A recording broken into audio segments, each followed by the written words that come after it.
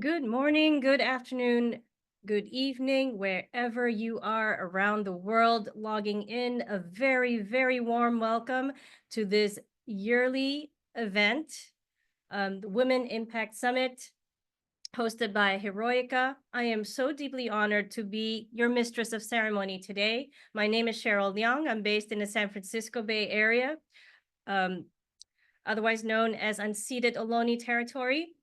I am so happy to be here to celebrate the passion, creativity, and resilience of women and our non-binary friends, entrepreneurs all over the globe.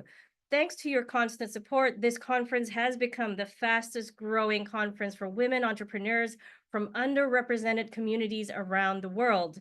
The Women Impact Summit is possible thanks to the collaboration of our organizers, community partners, and sponsors.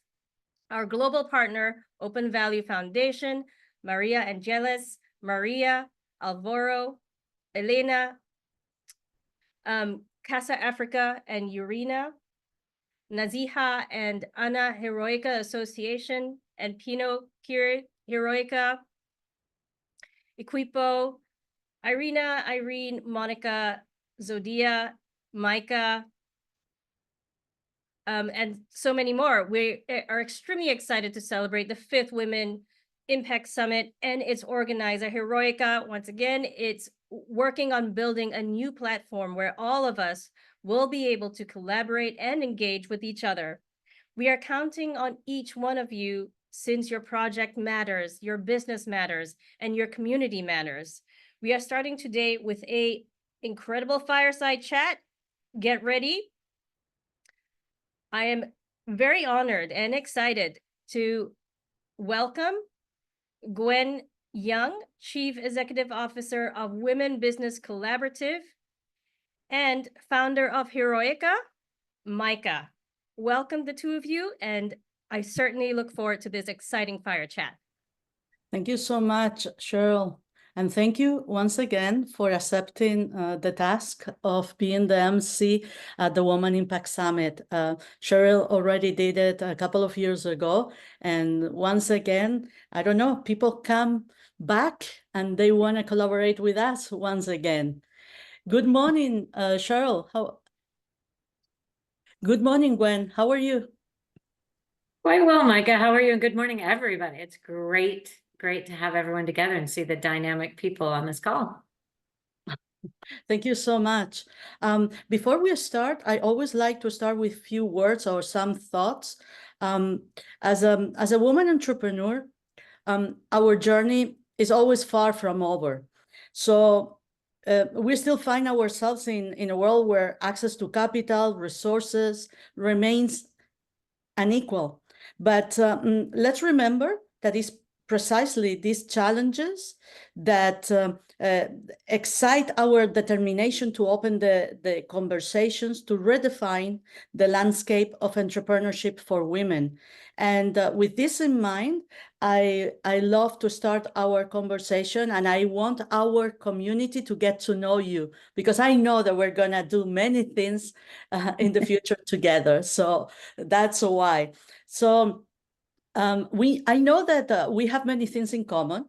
For instance, the Bay Area, the legal field, 5 years of Women Business Collaborative, the 5th year of the Women Impact Summit. So you have a career in international public service, focus on humanitarian relief, international development, and human rights, starting with gender equality and equity. And your career is an inspiration for all of us. So how did your journey lead you to where you are today? That is a great question. And what I think is fantastic as well, Micah, is that the name of your summit is Women Impact Summit, and our annual summit is Action for Impact. So I think that's where I'll start, is always trying to drive impact and do something, right? So I spent, most of my career overseas, a fair amount of this in Africa, across the continent, in various and different countries. Lived and worked in Europe, but really focused the entire time, whether that was international development or humanitarian relief, on providing equity and equal opportunities for all. And what I realized is that even in the circumstances that we all have great ideas, we all generally want to work together. And once you elevate women in any way, shape, or form, the community elevates, the peace and democracy and governance elevate. And so I had an opportunity in 2015. I was in West Africa. I was in Senegal. I was actually setting up with a bank, a financing mechanism with a bank in Dalberg to fund women-owned businesses. And I got the opportunity to run a women's leadership program in government in Washington, D.C. And I thought, what better place? We need women at every decision-making table, and creating, legislation and laws, as you were speaking about earlier, and really being able to elevate globally women's not just position, but power, the ability to say what happens to water and resources and health and food and education. So I ended up being in women's leadership, and that's where I've been for the past 8 years in DC. And the thought of elevating this in the business sector, all women in business, equal position, pay, and power. I'm having a great time, and I'm having a great time meeting partners like you and really being able to build this movement, but more importantly, the collaboration where we can provide equal opportunity for all women, no matter where you are, no matter what you want to do. Thank you so much. That's sugar to our ears for sure. I wanted to ask you, and it makes sense with all your experience that you are the CEO of Women Business Collaborative. But can you tell us what is the WBC? Absolutely. So for those of you that don't know, the WBC, we are an unprecedented alliance. We have over 85 organizations and hundreds of business leaders that are focused on a movement to achieve one very simple mission: equal position, pay, and power for all women in business. So we have this one community of 87 organizations. About 20 of them are focused on building and financing women-owned businesses, so in that entrepreneurial spirit. But we do this through what we call collaboration, advocacy, action, and accountability. So in one vein, we're a movement.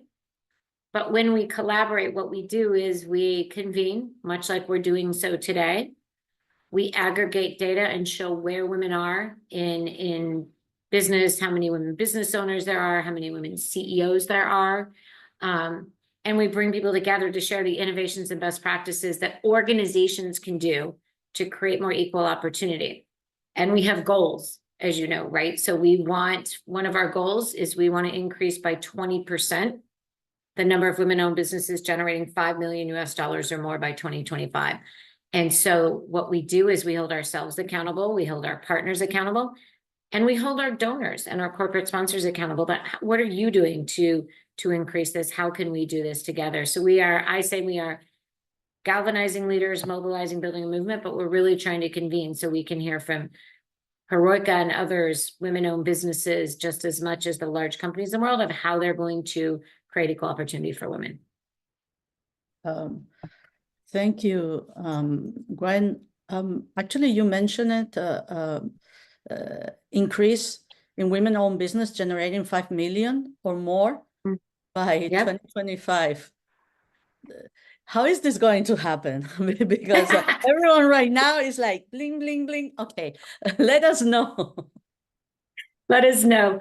Well, I think it's going to happen in two ways, right? So I'm just going to give a stat because I love stats, right? So, 42% of businesses in the US happen to, women-owned and led. So one is, of course, we need more women business owners, we need more entrepreneurs, and we need more women leading businesses.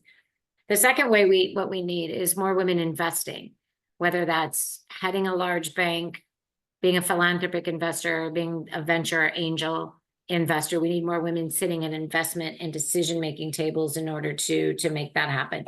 So what WBC does is try to bring those people together and promote and showcase the women that are doing that, right? So if you or I see someone that is running a fund or investing in women-owned businesses, not only can we see, oh, that can be done, we know who to talk to about what they're doing and how they're doing, but WBC can put them together. So we run a Women's Capital Summit, where this year we had 79 women-owned businesses, 83 investors all in the room, talking only about how are you going to grow your capital? How are you going to grow money?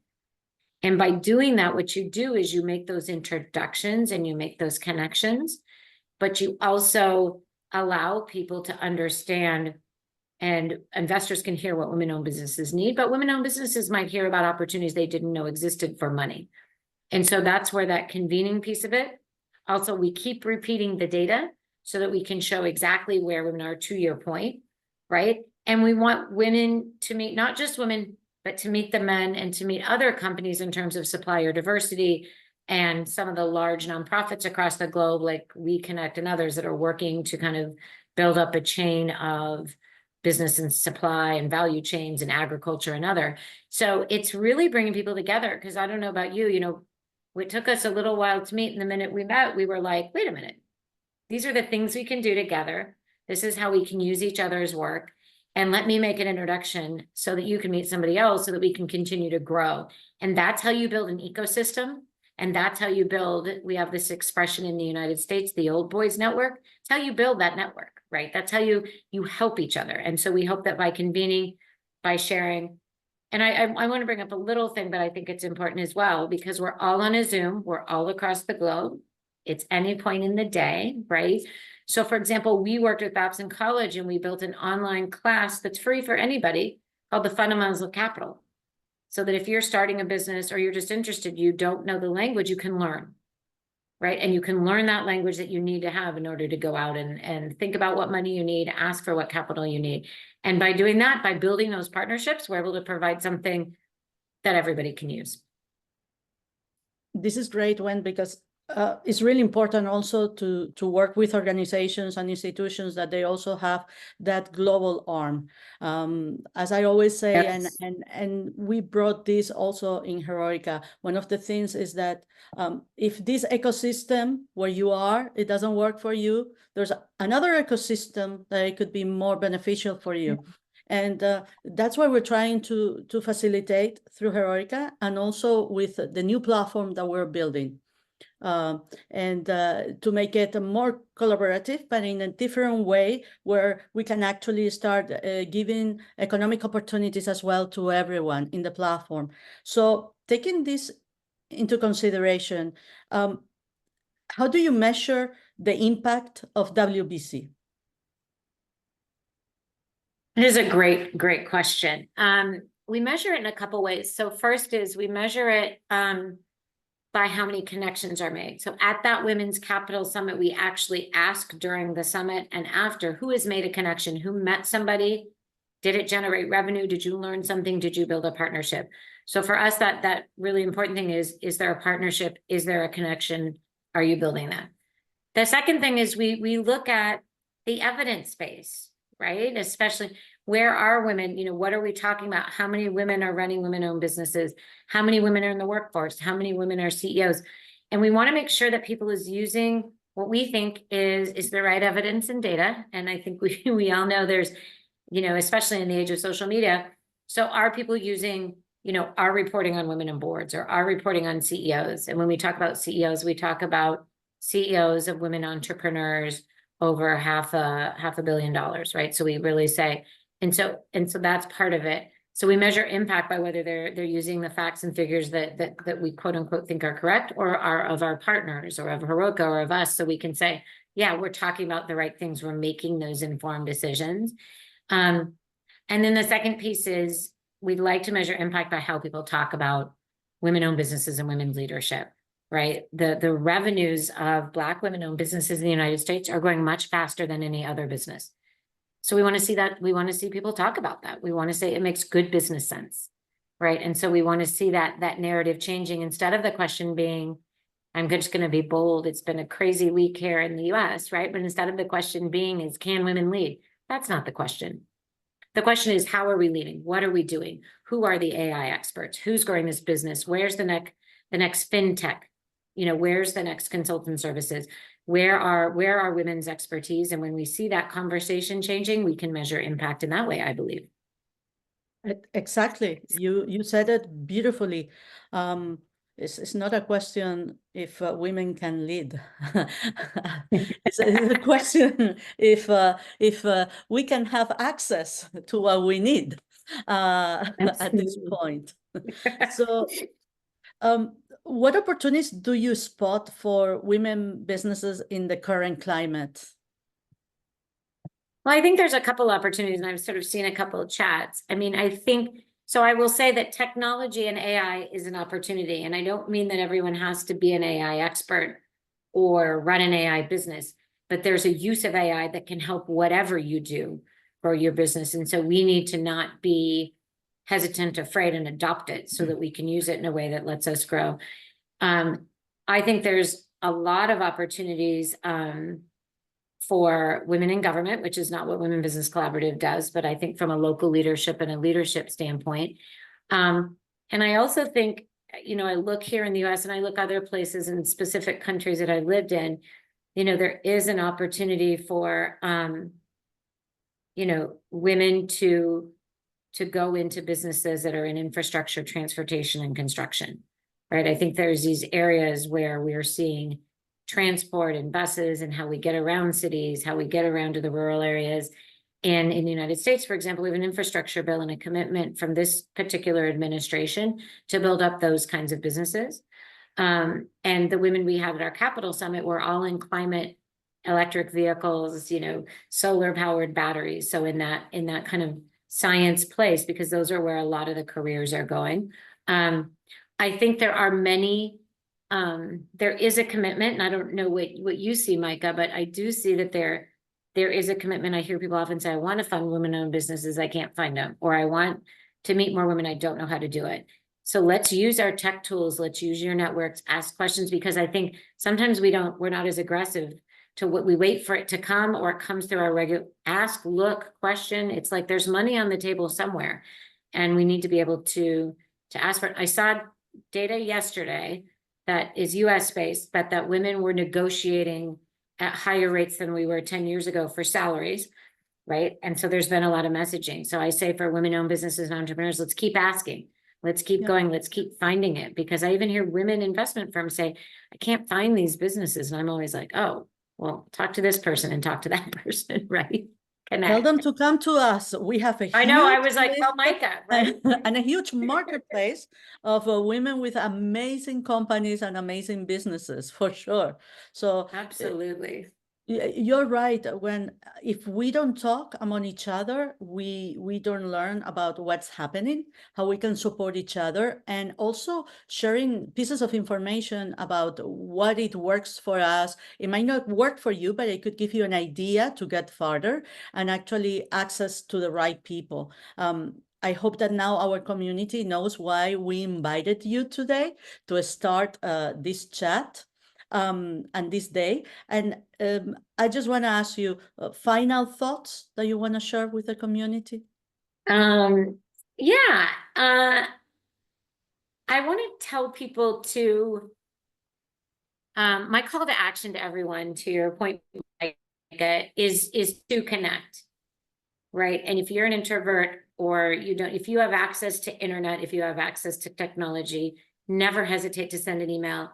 Never hesitate to ask for help, right? I need this. I need help, or I need an HR person, or I need whatever it is, you know, ask for the help that you need, right? Connect with people you want to connect.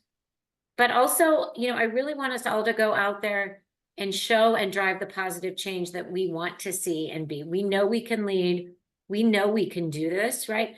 We don't have to let the narrative or something that happens hold us back, right? Let's try to go out there and work together with that connection, to your point, you know, with that positive spirit of what we can do. And don't get caught up in maybe what we can't do or what other people say about where we are and what you're doing. And then the last thing I always say to people is, you know, your change doesn't have to be global. Not everyone wants to be CEO, not everyone wants to lead a country. Right? Your change can be in your household. Your change can be where, you know, in your community. Your change can be the one thing that you do every day. And do that with joy, and do that to show and demonstrate and model that you are able to build your business and grow, and where we do it together. We can't do it alone. We have to do it together. So I would say, keep showing up for Heroikka. Come join Women Business Collaborative. We are building our partnership. We want to include all of you in our community. And let's just tell the world, don't hesitate, whether that's Instagram, Facebook. I'm an old person, I use Facebook, X, Twitter, whatever you want to call it. Like, let's get out there. We're here and we can do anything. Oh, thank you so much. I saw Alisa at the chat. I want to say hi to her. Thank you so much for joining us also. And you actually summarized very well the journey of Heroikka in the past 5 years, beautifully. We started asking our community, what were you looking for? And it's one of the things that we ask when they register a project in the platform. And now what we want to do, and we want to make everyone participate. And also with this partnership, we want to create this engagement platform where we can actually collaborate. So I'm really excited to see where everything leads, and especially next year. And I'm inviting you, of course, for next year. Let's see how we can show to the community our collaboration in next year's summit. Thank you so much for joining us, Gwen. Really, truly a pleasure. Thank you, Micah, for asking. Thank you, Heroikka. Thank you, everybody. And I'll just leave you with the hashtag of WBC, because it is why we're here today. And think about it as you go through the rest of the day. We are truly faster together. And thank you, everybody. Thank you so much. Thank you. you. And I wanted to take this opportunity quickly to also thank our wonderful translators, Hazel and Anouk. And I hope that everyone has found the glove icon that is at the bottom in the bar here, so you can pick your language of choice. Thank you so much. Cheryl, thank you. They're all yours. Well, that was an inspiring call to action, Gwen, and wonderful to see your face, Micah. If you are just logging in, welcome to the Women Impact Summit 2024. This is a yearly event, my absolute favorite online event. Welcome, welcome. We are about to bring in and welcome our next panel. Now, before I continue, I'm going to have to ask and beg your forgiveness. I am just seeing some of these names for the first time. I do want to make this a space. We actually do want this space to be welcoming, warm. We do want everyone to feel included and feel a sense of belonging. I recognize that pronouncing names accurately is an important piece in welcoming people and making people feel great. So I beg your forgiveness if I mispronounce your name in any way. Please feel free to correct me when you do come on. I will do my best to bring all of you in right now. So the next panel is for organizations and initiatives supporting women. It is going to be moderated by Lina Mendoza, business strategist and executive coach, founder and international leadership, and co-founder of Cobbletree. We have Sima Querol, executive director of the Escala Initiative and Sector 3, Aurora Garza Jimenez, CJ Camillo House program manager, Linda Halliburton, professional and personal life coach. Welcome to this panel, and we look forward to hearing each and every one of your voices. Thank you. Good morning, everyone. I'm very excited and honored to be here with such a robust panel member, but also I've already counted at least 10 countries that I saw in the feed. So it's definitely exciting that we're reaching to different parts of the world, and it's being recorded. So it's also we're going to continue to share this information and the call to action. So today we're going to learn more about the organizations that are changing women for women, and then also the initiatives they're working on. So if you can share with me, what does your organization do, or what are you doing to help women in entrepreneurship? So we'll start with you, Jimena, talking about Sector 3 Social Venture Group. Thank you. Thank you so much. It's such an honor to be here and talk about Escala. Escala is an award-winning business program dedicated to promoting entrepreneurs from vulnerable backgrounds in Latin America. And this is particularly for women, although we also do take in some men. We launched Escala in Peru in 2019 with 66 people. And then with the pandemic, we expanded into Mexico also because we went fully online. And since 2019, we have granted almost 2,300 scholarships and graduated almost 1,600 entrepreneurs. And the way Escala works is that after a thorough selection, our participants integrate an 8-month program that comprises capacity building, workshops, access to market support, and access to finance through a small seed capital fund. We were very excited to see that our impact and the entrepreneurs actually see a very large impact on their businesses and themselves as leaders once they finish Escala, and it's very impressive. We see, for example, that 100% of our graduates improve their leadership skills, 100% of them apply better financial practices and commercial practices. And as a result, they start growing. We see that 98% expand their products or services portfolio. They create new businesses. 10 out of 10 create new physical or digital, mostly digital, I would say, sales channels. And 4 out of 10 establish alliances with other Escala entrepreneurs. And that's part of the growth also. And That's consequently, awesome. we see that 9 out of 10 increase their average sales. And many of them more than 30%, and around 25% of them start generating employment. And this is only after the first year after graduation. So yeah, so we're very happy. That's phenomenal. Thank you for sharing that and the impact that you're making. Thank you. So Linda, can we share a little bit more about what you're doing and how you're helping women? I think it's on mute. Yep.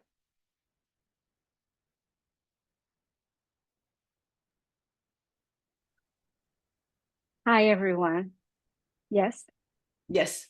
So this Okay. is Linda Halliburton, who's a professional and life coach, phenomenal leader in the Silicon Valley. We're very lucky to have her, and she's making an impact for women in entrepreneurship.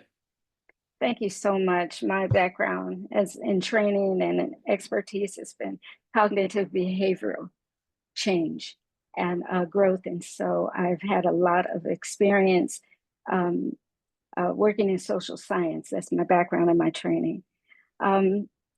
I'm excited that I had an opportunity to participate in How Women Lead, which is a wonderful organization of women, started by women, and sponsored by the School of Levy, the Business School of Levy at Santa Clara University.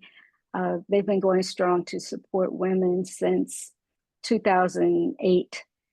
There was a cohort of every year of 12 women invited from across the world, worldwide, who would participate in leadership training for women.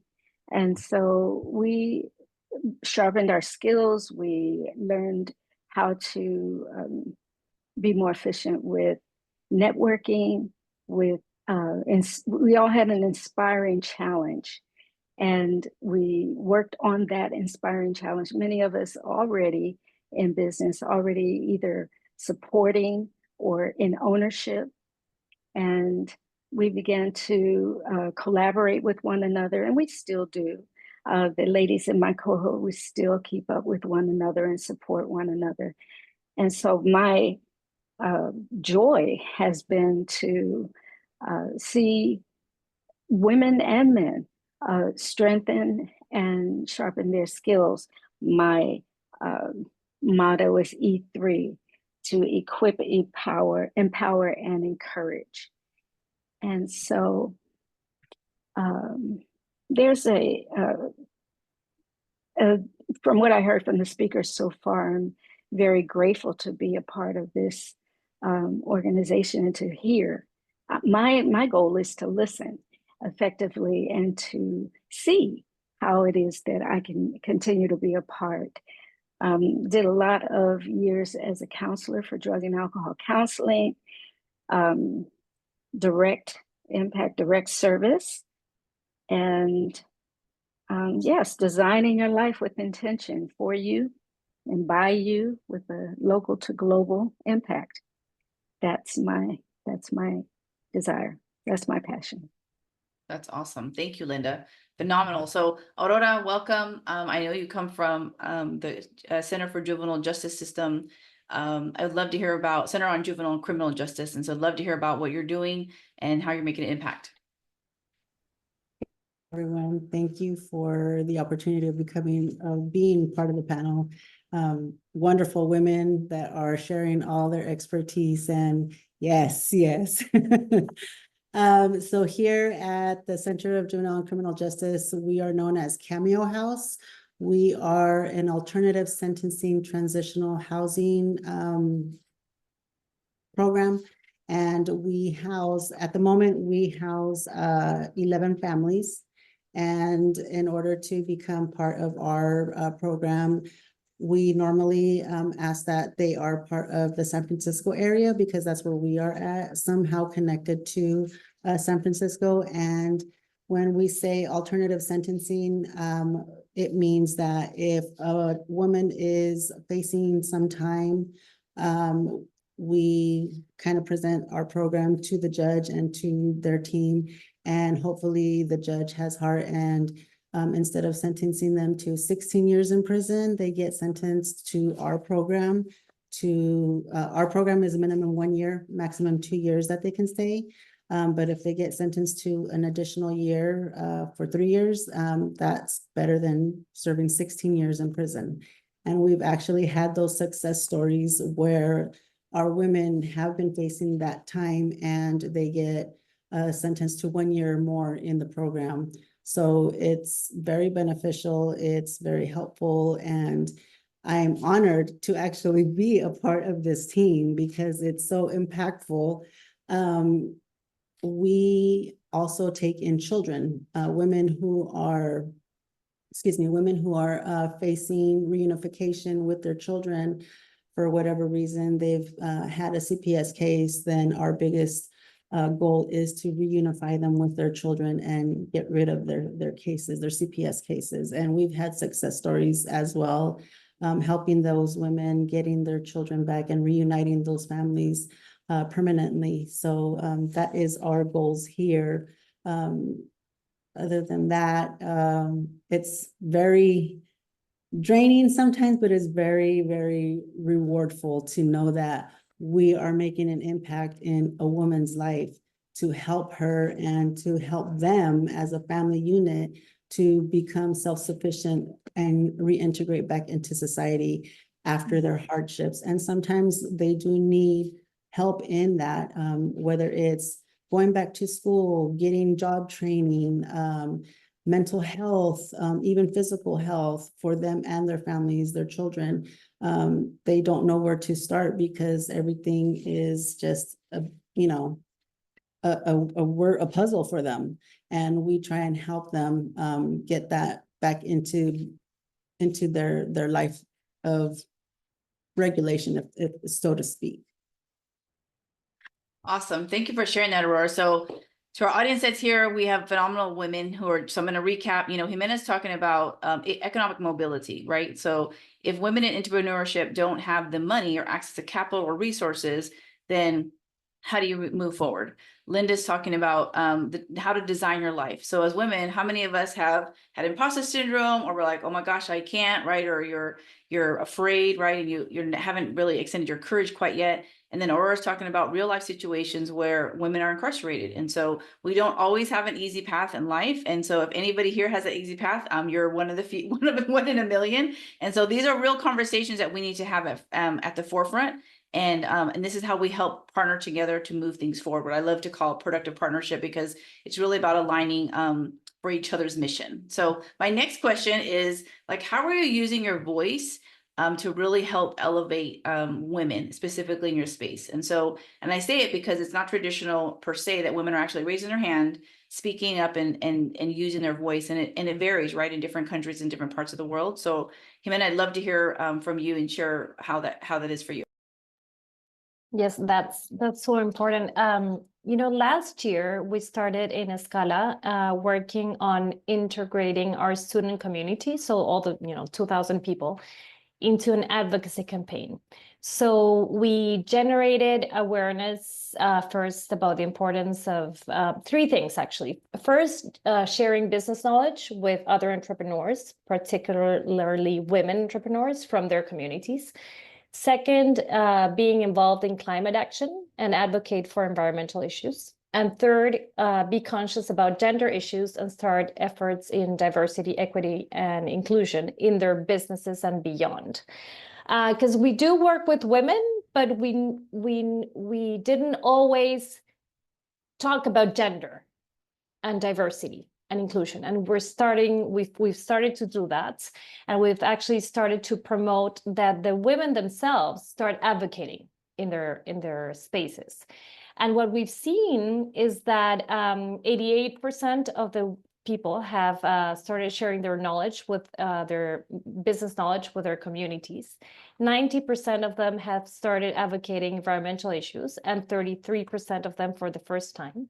And 83% of them have started advocacy campaigns to promote gender issues and talk about gender in their communities. And so we're working on webinars, we provide statistics, we actually also give them posts that they can directly post in their social media. So we're providing all these ways for our community to start advocating for these matters in their spaces, and it's working, and it's phenomenal, and that it also gives them a sense of leadership, that they can act, and that they can generate movement in their spaces.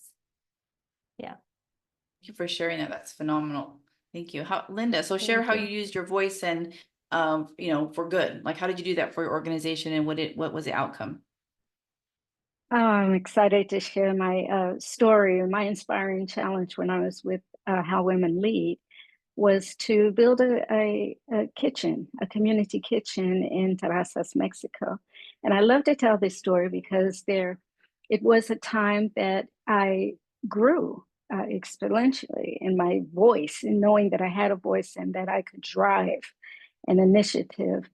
My church had already been vested in supporting a church down there in Terrazas, and then we connected with a friend of mine with a philanthropic organization it was Rotary, and in Cupertino, California, and connected with the Rotary in Mexico, and asked for support. How could they, help to support it? These things and these abilities were new to me. But what I really want to emphasize is that growing your voice and knowing that you are capable and that you have power that you didn't think you had. There was a woman in the church down in Mexico who heard about our initiative to build the kitchen, which started off as a platform, concrete platform, 2 walls on the side and a wall on the back, and nothing else. And now it is a 2-story building.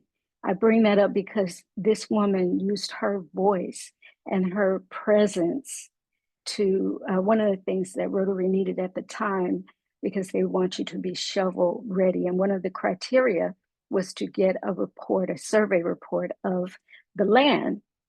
And that's where the ball dropped with the leadership. But this woman in the church there decided to just show up in front of the storefront window of the engineering construction company. And she just showed up and she just stood there in front of the storefront. And she did it for days until the owner came out and said, "Hermana, what do you want?" And she expressed the need for the report and gave information about it, a little bit of information. And she was not identified as a leader, but she did what she did. And because she did it, she gained interest into that area. The ball did drop with Rotary, but we said, we're going to do it anyway. And because the report was there and people began to network and talk and bring awareness to the community, where many people were living on hillsides, gouged out holes in the hillsides, there was attention, there was vested interest, there became resources, and the building, as I think I mentioned, is now 2-story and serving over 300 women and children a week. That's just one example that I'm hoping will be a benefit to someone who's thinking about, what can I do, or what is my power? This woman was so centrally intricate, and it was a simple thing, but it was not, if that makes sense. And we, as women, can continue to find opportunities, because I really believe that as a flower, as a blossom, you don't have to yell, we just have to show up and be present, and be sure about what it is that we can offer, however small becomes big in this circumstance. So that's what I wanted to share. Thank you. Thank you. I love that story about leadership and using your voice. Aurora, try not to make us cry, because I know you got a good story. So, because we all have different, we have different focuses, right? And so, but these are real stories that we need to share. And also, how do we bridge the gap, right? How do we connect each other in that way? And so, yeah, share how you've used your voice to elevate in leadership. I don't want to say but we, as my team, my directors, my co-workers, my support staff, and our case managers, we all work as a team in helping our women reunify, like I said, with their children. We advocate for them through the court systems. We advocate for them just for getting general funds from Medi-Cal, or for their general aid, for their food stamps, because sometimes they don't qualify for certain services. We always advocate for the women, because even though they try to use their own voice, they're not being heard. And when we step in, we show this is what they need in order for them to be successful in their lives, in order to be successful, to be reintegrated back into society.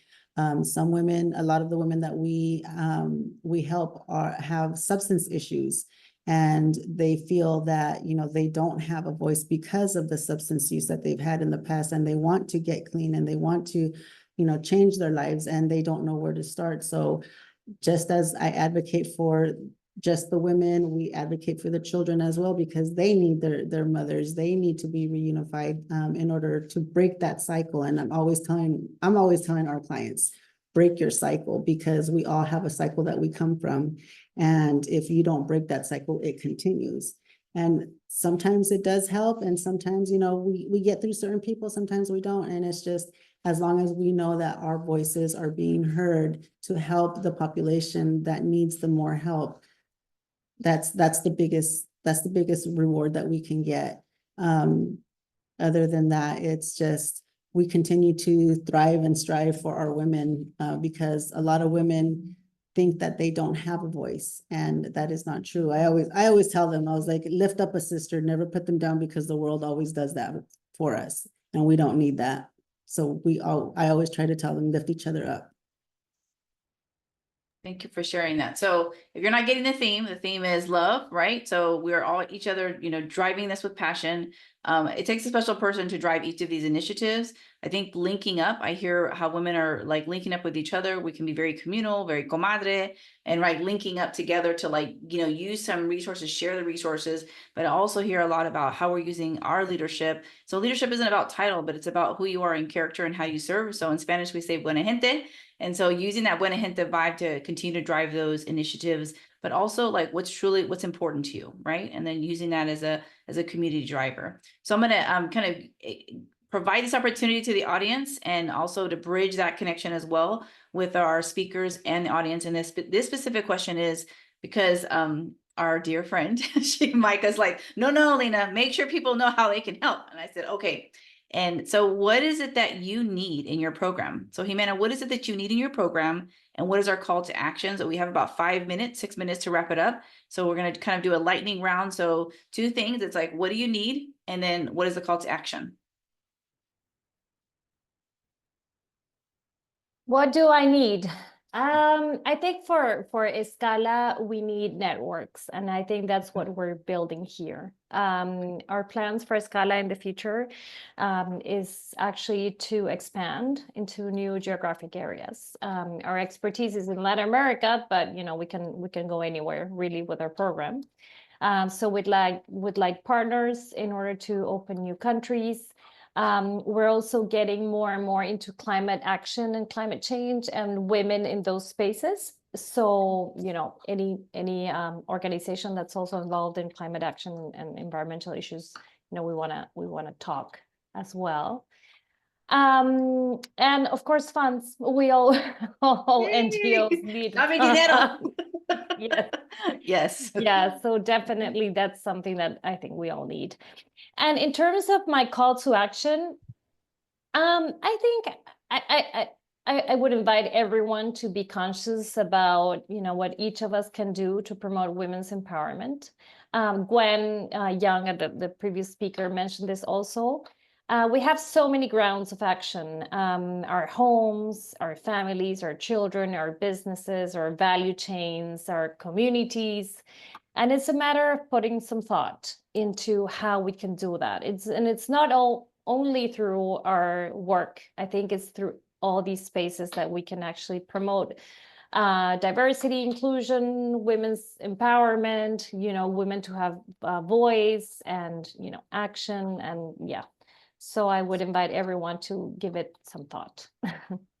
That's beautiful. Thank you for sharing that. you. Well Thank you. stated. Linda, what you got? So what do you need and what is that call to action? And as you heard Jimena said, dame dinero. So tell me what you got.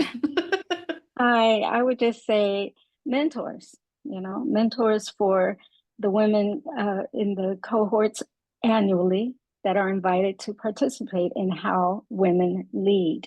And so that's what's needed. And then to contact them.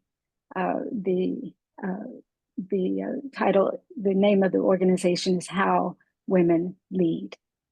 Okay, fantastic. Thank you so much. Okay, Aurora, what do you got? So what do you need and what is your call to action? So she said mentor. We went from money to mentors. So what are you going to say now? It's pretty much the same. Networking, mentors, mental health. Mental health for us is very important. And it is so hard to connect with mental health professionals because it's in such high demand, especially after COVID hit. It's just been ridiculous, but we understand the hard hit and networking and funding. That networking for us works wonders.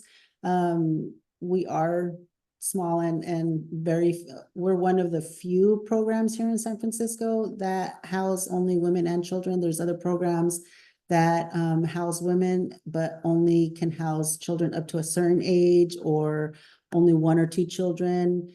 If the woman has 5 children, we can house them here if we have the space. But it's just the connecting, the networking, the funding, and getting that mental health for our individuals who need it. And yeah, that's my call to action would be trying to get more funding and networking. We do get funded by certain local agencies, government agencies, or not government agencies, but agencies. And we just need more funding because nothing is free, unfortunately, for us. Right, because money makes things happen, right? Money makes the world move. You know, that's right. Money makes things move and then also helps us with the mental health. So I love that we're asking. So one of my personal initiatives is getting women to confidently say what they need. And one of those biggest things is money. And I love that you shared mental health because the struggle can sometimes be real, but it's just the stressors, right? The things that are impacting us that we don't always talk about or don't feel comfortable sharing. And so, but these opportunities are there and it's very important for us to convey what we need. So thank you so much for sharing that. Anybody else want to share any last minute comments? Anything you want to share with the audience or some encouragement, some empowerment? Just congratulations to everyone to find the time to be here. It's so important. And I'm sure that we're going to do like great things together after this. So thank you. Absolutely. And How so about I you, also Linda? want to tag on to thank the sponsors of this event and that we would continue to nourish and equip. Awesome. Well stated. How about you, Aura? It was the universe when I first met Micah at a women's summit earlier this year. So it was the universe connecting us all together so we can network and get to know one another and help our women, our voices be heard through this whole chaos of the world. So thank you so much. Thank you so much, panelists. Cheryl, take it to you. And Micah, thank you so much. We're making sure that we stay on time. Thank you so much. This was an incredible panel of speakers. I was inspired and deeply moved by your work. We are moving on to the next panel. And once again, I want to make this an inclusive space where people feel a sense of belonging. And I know that part of that work is making sure I pronounce your name right. I will do my very, very, very best. But I do seek your grace and forgiveness as I attempt to just do my very best with everyone's name. Next, we have next panel is for women entrepreneurs in health. It's going to be moderated by Shweta Agrawal, co-director and chief product officer at Boston New Technology. And we have Lorelei Wilson, founder and CEO at Neuro NW, and Denisa Kim, founder and CEO at Entero Bio. So I welcome all of you. Turn on your cameras, turn on your microphones. I look forward to this next panel coming up. Awesome. Thank you so much, Cheryl, for amazing introduction. This topic is really close to my heart, and I'm super excited to deep dive more into women entrepreneurs and health with amazing Denisa and Lorelei. Quick story, growing up, I wanted to be a doctor. I wanted to be a neurosurgeon, and I realized I cannot stand blood. And I was like, how I still continue my passion of helping people. So I still indirectly was involved in health tech industry. I worked with, as a mentor to tons of founders and entrepreneurs in healthcare space. Today we have Denisa and Lorelei. So I would love to know and discuss more about, they are founders of, Denisa is founder of Enteros Bios, and Lorelei, Neuro Northwest. I would love to know more. And each of, let's start with Denisa. What sparked your initial passion for healthcare space? How did that passion led you to find Enteros Bios? Yeah, thank you, Shweta, and thank you everybody for having us, as everyone stated. I had a kind of unorthodox, journey into the health space through my personal experiences, seeing how difficult and frustrating it was for couples to manage their recurring infections and sexual health concerns without any clear solution. So in a previous relationship for nearly 3 years, I had over a dozen urinary tract infections. They're very common amongst women. 1 on 3 women will actually get one in their lifetime. So my background's actually in chemical engineering. So not many correlations to healthcare, but it did give me some insight into how deeply this issue affects people's relationships, their communication, and well-being. So I realized there was a huge gap in the market when I stumbled across our competitors that are offering direct-to-consumer vaginal swabs. But we're the only ones that are doing the comparative analysis between the two people, because it's common sense. If you're sexually active, you might want to test both parties. So that was kind of my aha moment of how Enteros was born. And so I wanted to develop something that was accessible, an at-home solution that could help people, again, manage their intimate issues together. And so while we're also gathering data to improve, diagnostics and the futures of therapeutics moving forward. So it's not just about health, but it's also improving connection and trust between partners. That's wonderful. And it's very important to have this conversation about sexual health, which not many people talk about, given it's a sensitive topic, right? Right. For you, Lorelei, how was what was your why that made you, where Neuro Northwest was born? Yeah, definitely. Well, Healthcare has been a lifelong passion for me. I've dealt with chronic pain my whole life and spent my childhood years in and out of the hospital. So when I pursued college, I chose to become a massage therapist to put myself through school. It paid better than being a barista, so that was a plus.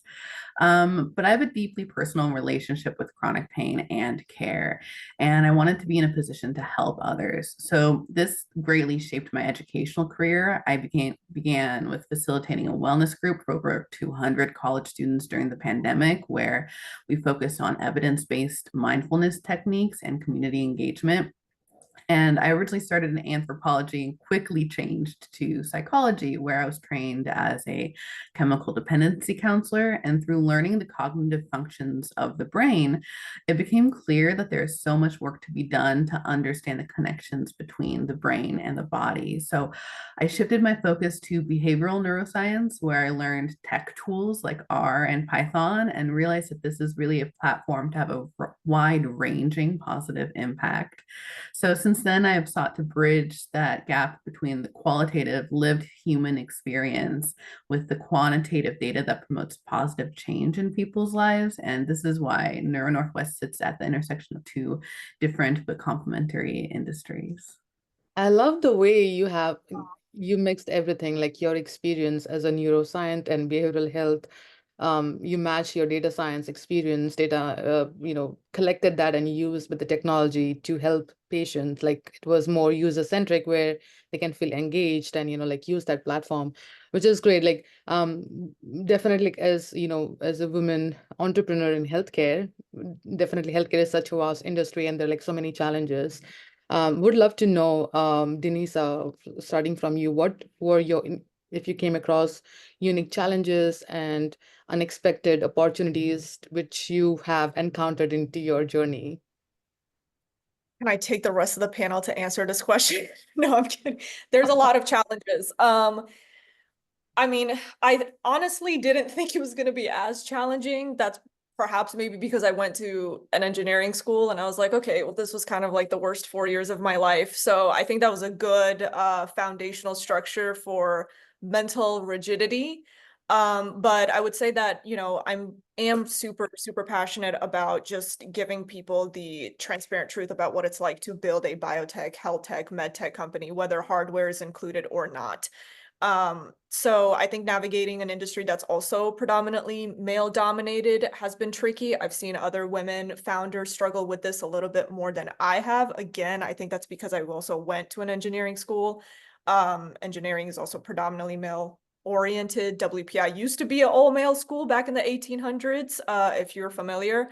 So I wasn't really new to that aspect, but definitely very new to all of the compliance and regulatory barriers, in addition to all the capital restraints. So I think those two things definitely go hand in hand: securing funding, finding the right people that understand these challenges. It's not just about finding a wealthy individual, it's understanding, hey, FDA clearance might be double the amount that I'm asking for, and you as an investor need to be cognizant of that. Otherwise, I don't want your money. So these challenges, also brought in unexpected opportunities. I think being a female-led company allows us to tap into unique aspects of women's health. We don't classify ourselves as femtech or just women's health because we're including both partners in the equation. But I will say that some of the other challenges from my other friends that are in the femtech space or solely women's health space, it has been difficult for them to pitch their startup ideas, just anatomically, if they're dealing with, like, again, vaginal infections or sexual health to male investors. So I think the perspective has caused me just to be a more empathetic leader. It's driven a lot of creativity. The culture and like diversity, even with the 5 team members that we have, I think I've been really sensitive to, even at this stage, just because I'm foreshadowing what is to come. So yeah, it's been really interesting in those senses. I think in addition, like to the capital restraints, just due to the nature that Ontario is in that reproductive health space, sexual health, to your point, Shweta, is still a little bit taboo. So again, depending on who we speak to and what regions, right? If I raise capital in Boston, it might be a little bit easier versus going to other regions in the world. So definitely lots of lessons learned and unforeseen challenges, but glad to be a part of these ecosystems to get the support that we need as we grow. That's amazing. So you have touched so many points which are real problems, right? From having an idea which is so sensitive and people consider taboo, but we should not. Everyone should have that sexual health education and understanding, because it's needed and it's important having that conversation when you're starting to raise money, right? And Right. having that conversation like investors and VCs, if you're as a women, when we want them to invest in our companies, it's very important for them to understand the mission and the vision, right? And like how you have that conversation, it's very important. Love what you also mentioned, where I'm sure, women who want to start, who have not started the healthcare companies, but they want to start, they might not have the tech background. And how do you find a co-founder, right? The tech co-founder who understand both are on the same page. So that will help you to scale the business, right? So great points. I would love to know, Lorelai, from your side, like how was it for you? Because given like behavioral health and definitely we're focusing on patients with chronic diseases, like what were the challenges that you faced as early on in your journey?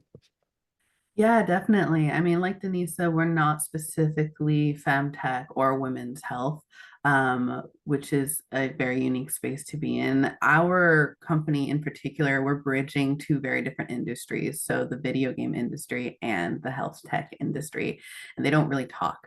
But I've been lucky enough to start this journey in my hometown of Seattle. So I have a very like a bubble here, and I know that I'm very grateful for it.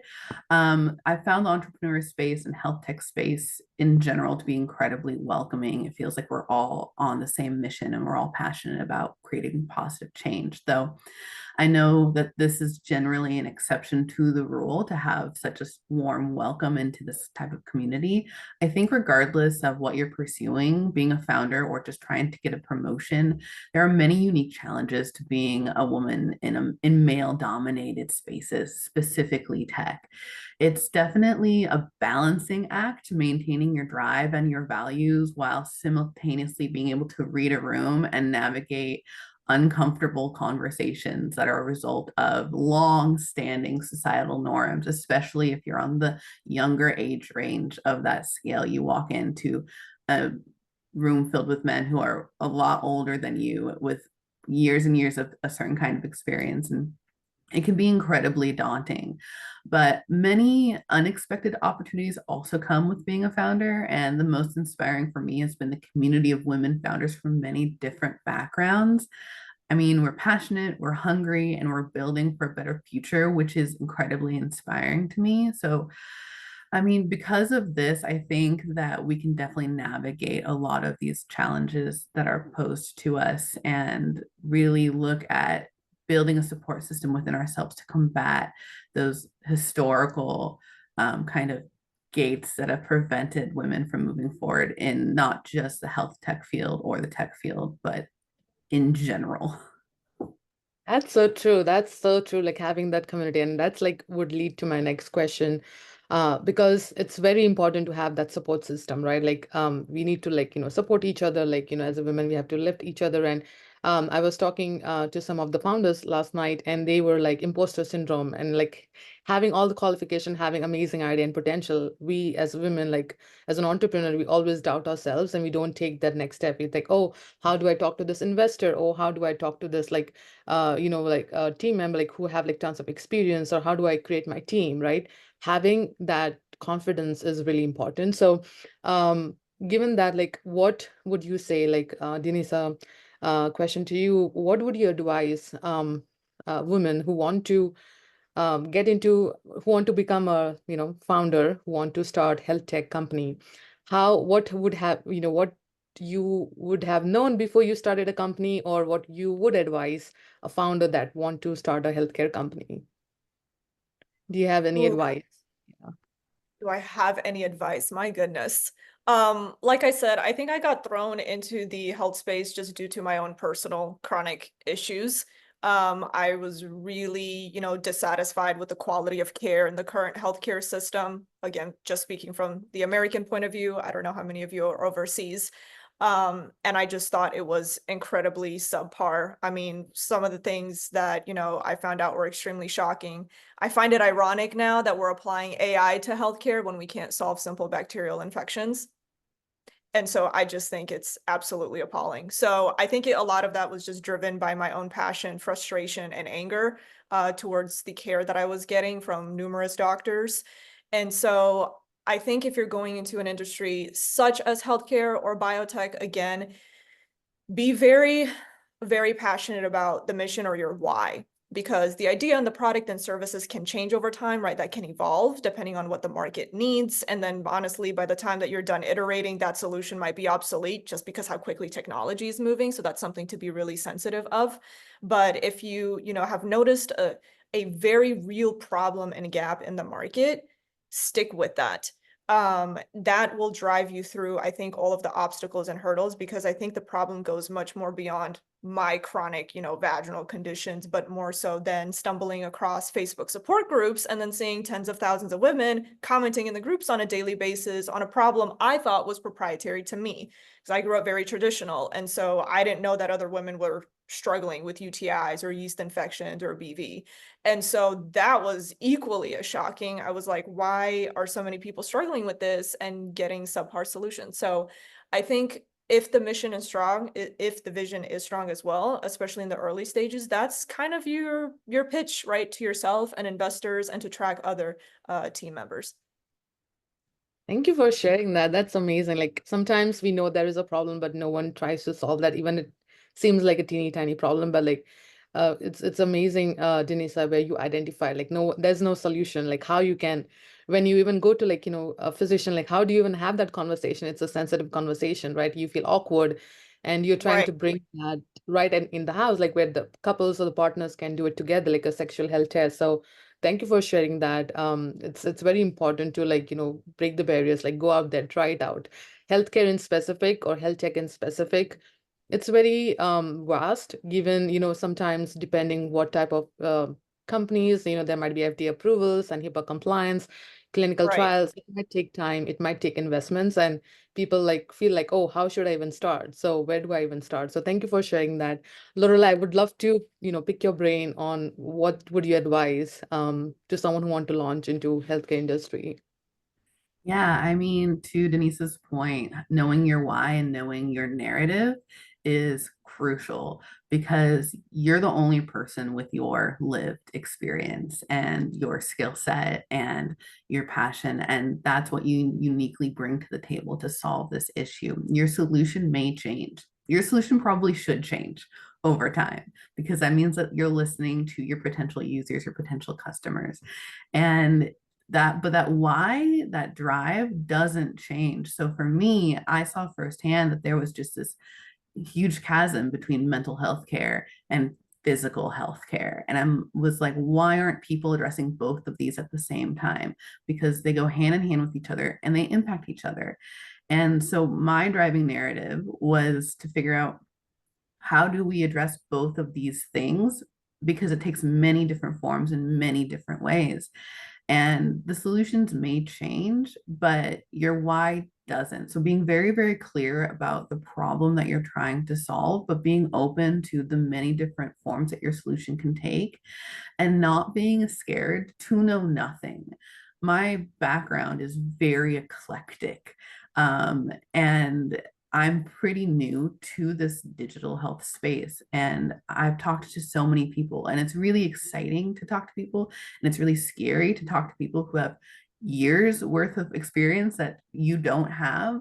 But the more you learn, you don't know things. And so that, if you look at it as exciting to know that you don't know anything, you're going to make progress and you're going to improve. And being open to that is really, really crucial while maintaining your North Star, which is your why.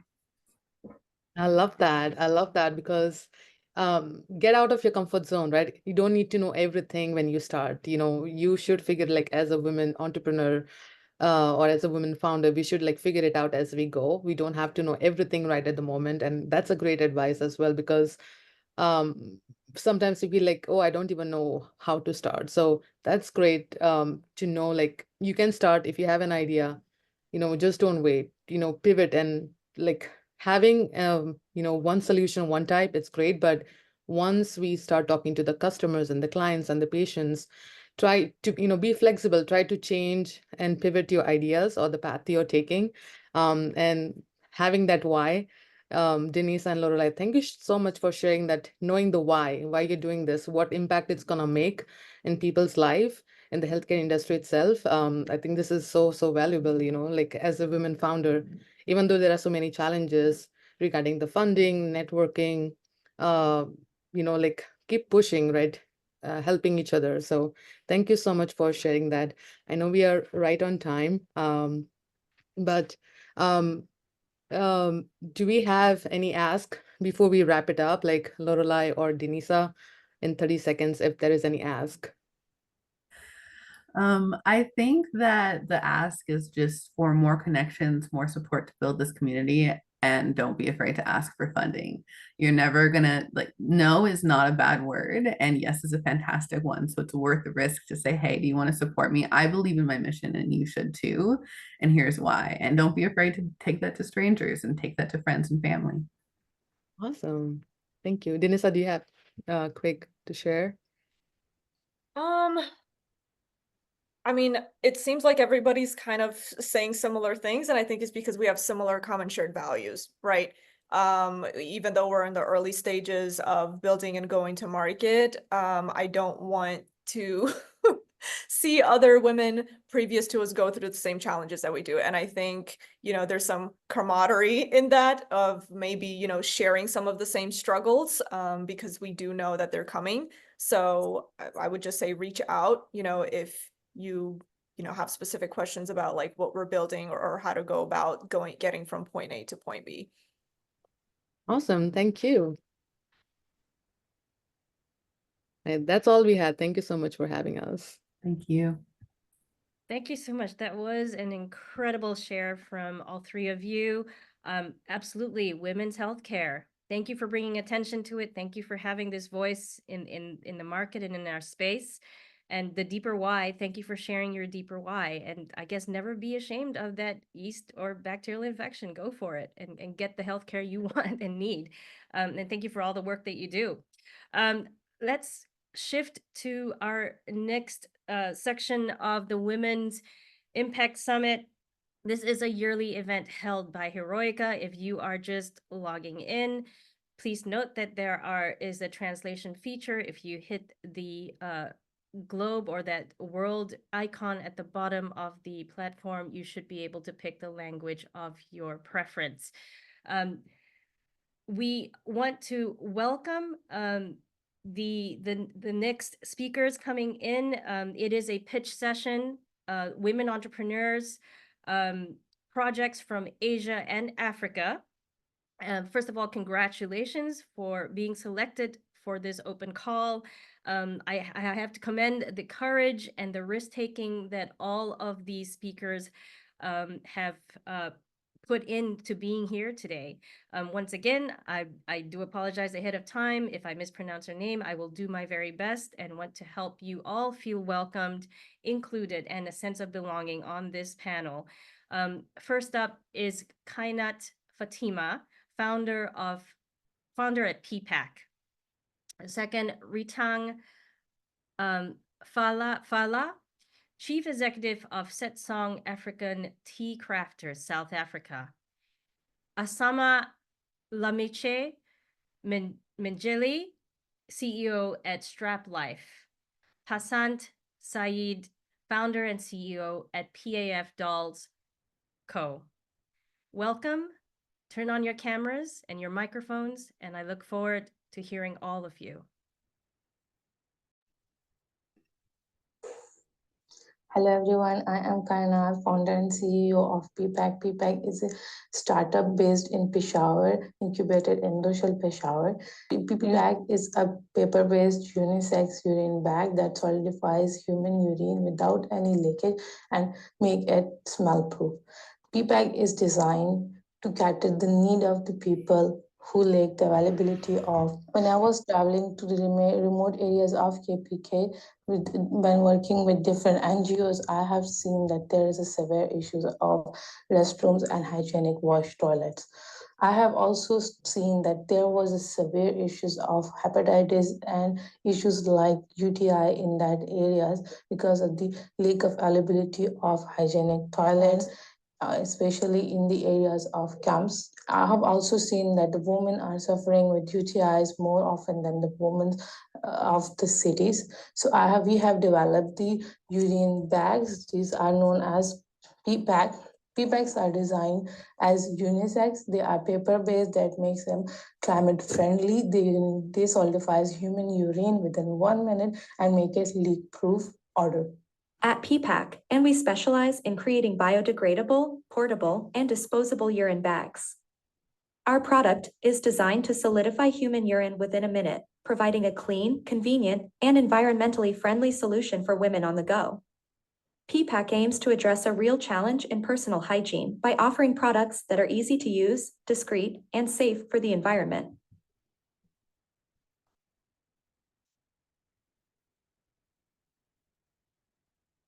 To keep PPAC in operation and expand our impact, we need a few key things.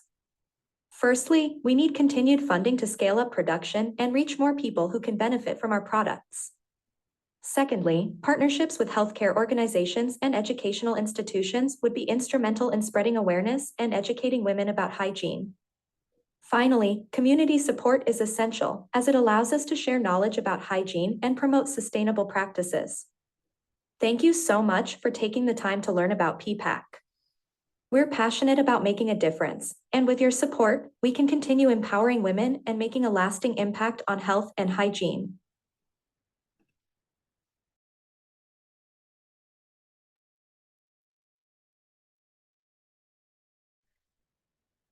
Thank you so much.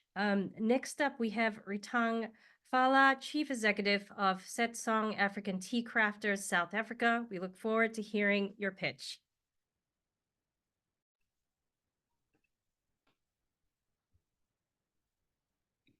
When most people think of a South African tea, the first, if not only tea that comes to many minds is rooibos, which shouldn't be the case in a country that is the third most biodiverse country in the world. My name is Retang Phahla, and I'm the CEO of Setsong Tea Crafters in South Africa. And we are the tea makers of Sekhukhune land, which is the north of South Africa. And we use the indigenous knowledge of our forefathers to build a modern global business. And we have been led by this indigenous knowledge to learn about 2 indigenous teas that have been consumed for hundreds of years by the Bapedi tribe in Limpopo, South Africa. The first is the Tepane Blackbush tea, which is a species of African mistletoe, and it naturally contains a variety of amino acids, vitamin A, C, E, zinc, and iron, and it has been known for its hormone balancing and energizing properties, and it also offers a natural vanilla flavor. The second tea is the Dia red root tea, which is a species of the African potato. It naturally contains calcium, zinc, fiber, and beta-carotene. It naturally provides a floral taste, and it has been traditionally known for its properties to improve gut health and as well as its calming effect. We have developed a range of 8 different unique infusions in order to appeal to mainstream modern chai tea drinking, superfood seeking consumers. We've developed infusions such as a chai spice energy tea, an orange ginger and turmeric calming tea, a strawberry and fennel sleepy tea, and many others. The global tea market is projected to reach a compound annual growth rate of 7.4% per annum up to 2033. And specialty tea is gaining more popularity around the globe. Health and wellness are the main factors that are boosting demand for these types of products, despite their higher than average unit prices. In fact, consumers, particularly millennials, are becoming more engaged with products as they find delight and interest in the unique story behind the brand, as well as its social impact. We have leveraged on this, and we are even extending our range further. We're currently developing a ready-to-drink craft iced tea range, as well as a gin and iced tea infusion range. And in the long term, we're also looking at potentially developing a skincare range using these unique botanicals. Our value chain is built on community inclusion. We have upskilled and empowered rural community members and positioned them to be responsible for production. They are responsible for cultivation up to packaging and distribution. We've managed to create 30 permanent jobs within the rural areas of South Africa, as well as 15 casual jobs. Our team is comprised of myself as CEO, and we also have supervisors in every division, and we're supported by a non-executive board of directors. Our revenue has grown steadily since inception, and between 2021 and 2023, we saw an increase in our revenue of almost 100%. And we're projecting that our revenue will reach 3.5 million rands by the end of 2024 financial year. We distribute our products into the hospitality sector, into lodges, hotels, as well as restaurants.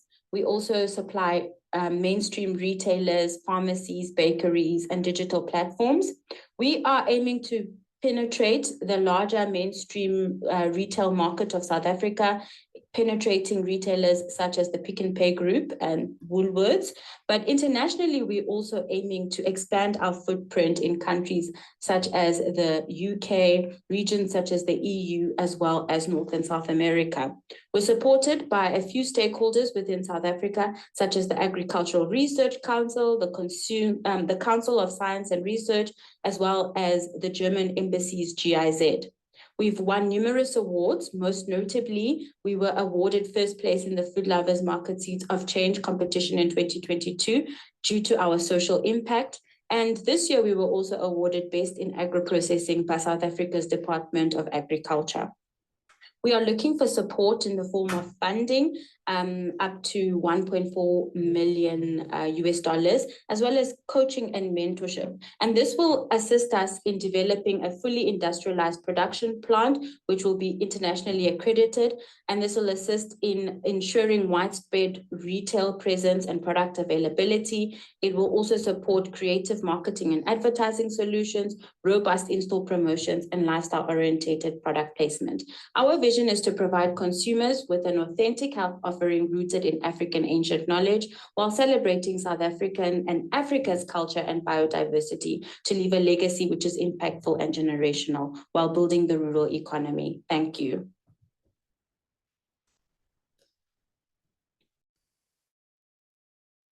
I am absolutely blown away by the first two pitches, the incredible businesses that are being pitched here, and a call for funding. Our next pitch coming up is by Asma Limiche Menjeli, CEO at Strap Life, and look forward to this pitch.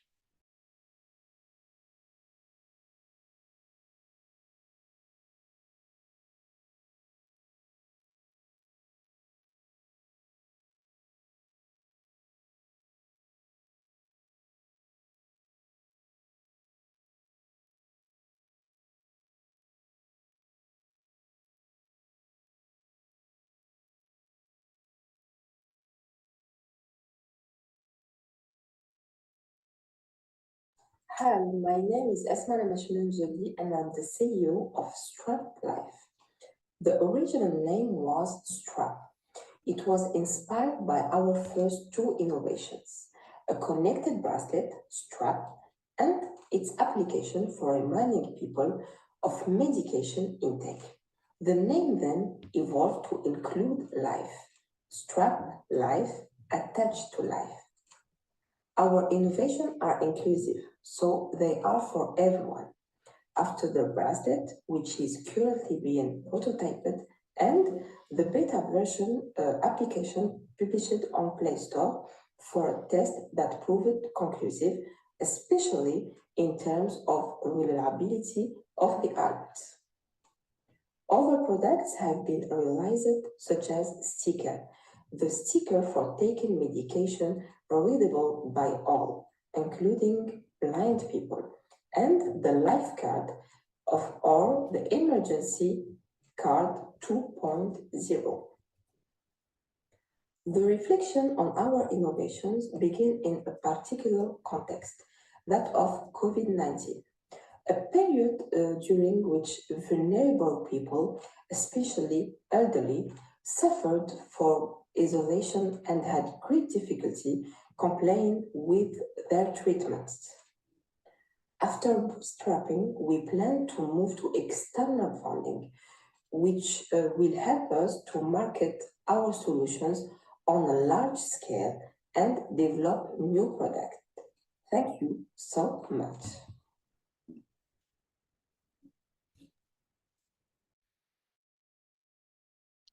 That was another powerful pitch. Up next, Passant Said, founder and CEO of PAF Dolls, CEO.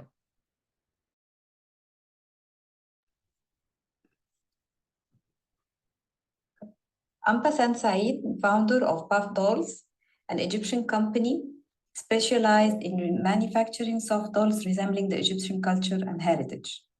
I used to work in the government sector for 12 years, with my last role as a business support manager at the Technology, Innovation and Entrepreneurship Center.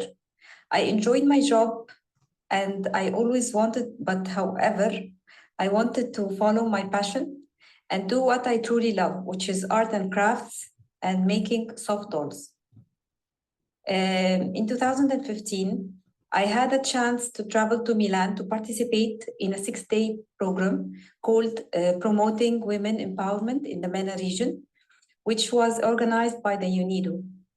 During this program, I met with many consultants and presented my dolls, which I had soon as a hobby.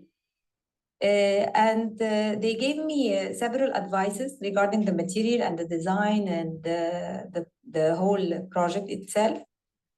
And by 2017, I decided to turn my hobby into a business. And this was a turning point where I decided to establish my own company and named it PAF Dolls, stands for Passant Art Factory Dolls.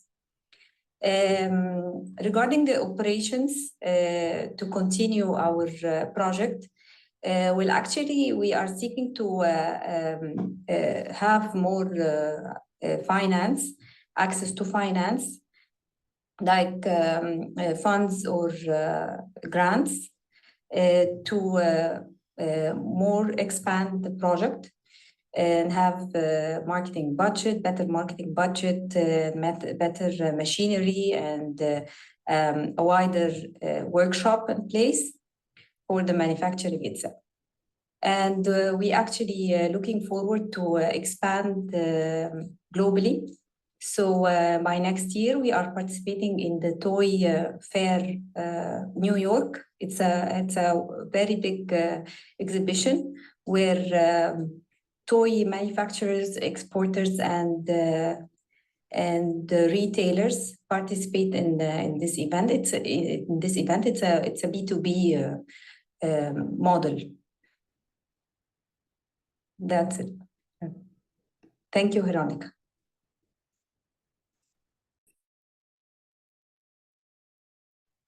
Absolutely, like just incredible pitches from leaders in the Asia and African region. We absolutely appreciated the pitches, the risk and the courage that these fine leaders took in pitching for their projects. Once again, a heartfelt congratulations from all of us, and for the open call. Right now, we are taking a 10-minute break. We will be back. Once again, it is a 10-minute break. We will see you soon, shortly.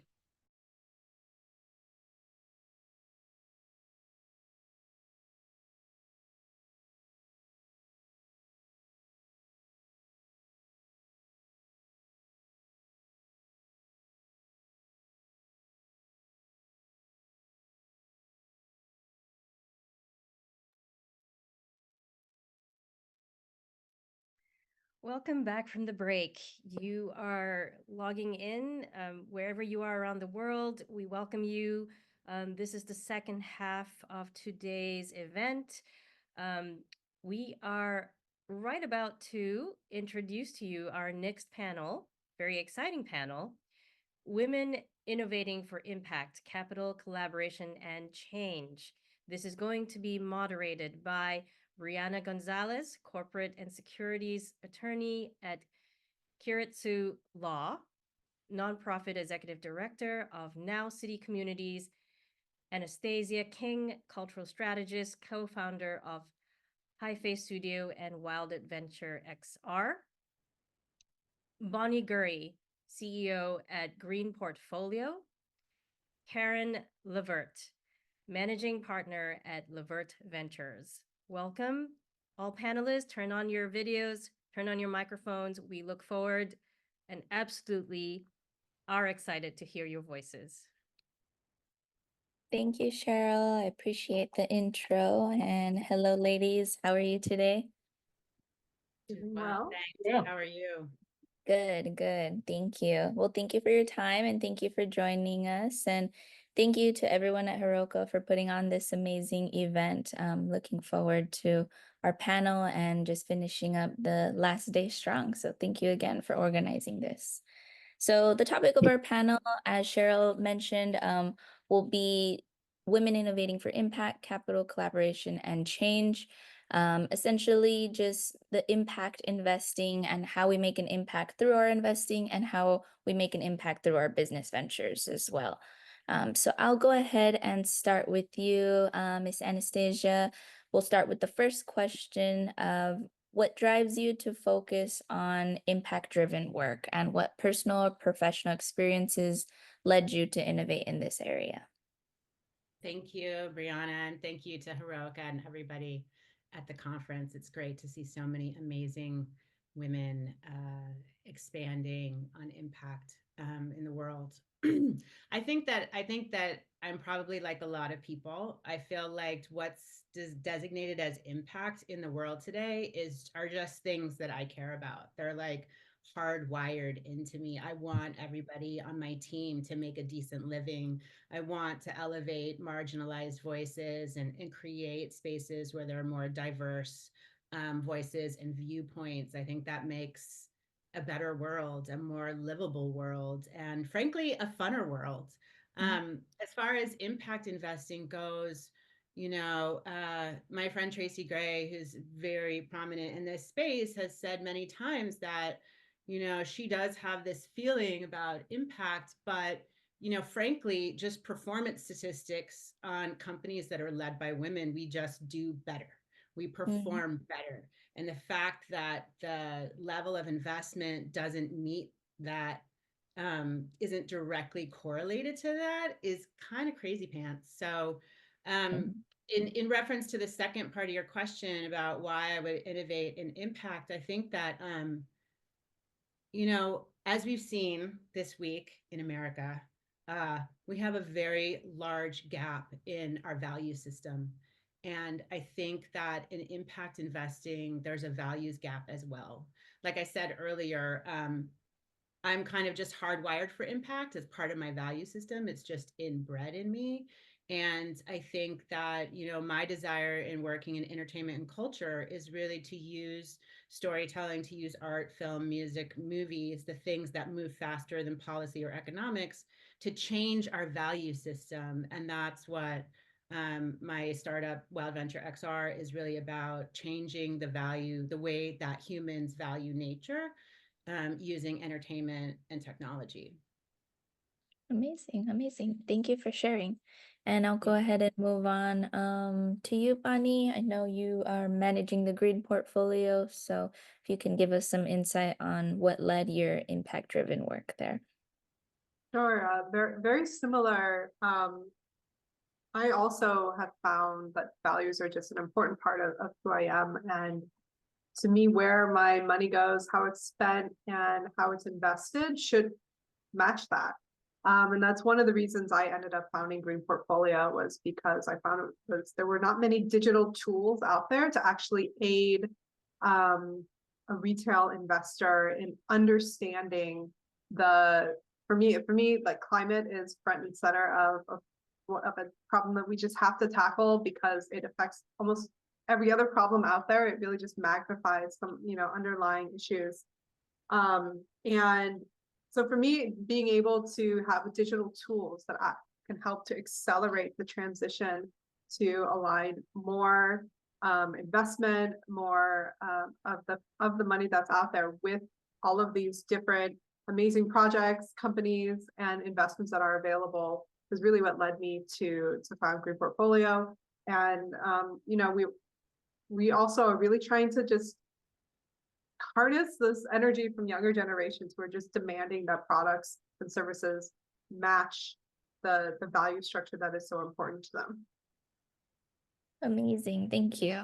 And Ms. Karen, if you can share how impact-driven work has driven your businesses and how you, what experiences have led to that impact-driven work? Sure.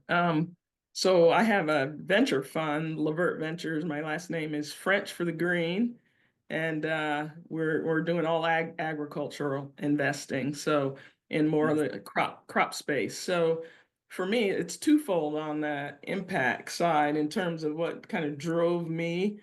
One, the fund managers today that lead venture funds, or 1% of them look like me. Black and female. And female, you're still white female or other, we're less than 10% of the fund managers running these funds. And so I decided to make a difference. So from a social impact side, put a stake in the ground, be one of, less than 1% of these fund managers. I want to change that. And then secondly, it gives me the opportunity to invest in founders of color and female founders who today are receiving around 2% of all the venture dollars. So, and then whoever comes behind me to run this fund will be female. So from a social impact perspective, it's making sure that we have the dollars to invest in the companies that are led by women and people of color. So I'm really excited about that. So thank you. That's amazing. You all are doing amazing work, and I'm very, very thankful to be here with you today. To go ahead and continue the conversation, this one will be addressed to you specifically, Ms. Anastasia. How have you found access to capital for projects based on social or environmental good? And do you have any advice for others seeking funding in these areas? I do. And I'm sorry, it's not a very pretty picture, frankly. We've been advised many times on Wild Venture to put our impact in the background, that investors don't want to invest in anything that's too worthy or that smacks of philanthropic, what they consider ought to be a philanthropic venture. And it's really been a real eye-opener, frankly, because I really felt like there was this new trend and new generation of investors who are really conscious and really interested in moving the needle on justice issues, on climate, which, as our panelist said, is totally intersectional and undergirds everything. Like, it has been a real shock and a real eye-opener around this question. And so the advice that I would give to other founders who are looking at impact investors as their key targets for fundraising, I would say, just because folks are interested in investing in impact doesn't mean they don't want to make their money back, right? You still have to have a business model that works. You have to be able to show profit in cash dollars. People talk a lot about quadruple bottom line or triple bottom line, but at the end of the day, cash is king. And that your desire to drive impact in the world is something that I feel like a lot of us can relate to. It's not unusual. Like, I think that there's this idea in the world that people who care about social good and people who care about making the world a better place are somehow rare or unique. And the fact of the matter is there's millions of us, hundreds of millions of us around the globe. You can see the work of female founded companies almost, the lion's share of those companies are impact driven, or at least have impact as part of their model. So there's a lot of us out here. And so I think that what I would say to the folks who are looking at impact investors is make sure that your business model is strong and that you can earn a profit, and make sure that you're talking to the right folks. Some people say they're impact investors, really they're just, it's a mask, and some other people actually care about the impact that you're driving. And I would just caution new founders to, or other founders to, make sure that they understand who that person is that they're talking to, so that they can emphasize the things that that investor cares about. And sometimes impact investors just really care about money. That's excellent advice. Thank you, Anastasia. It's always a fine balance between, having an effective business model and sharing your impact that you're going to make in your social good.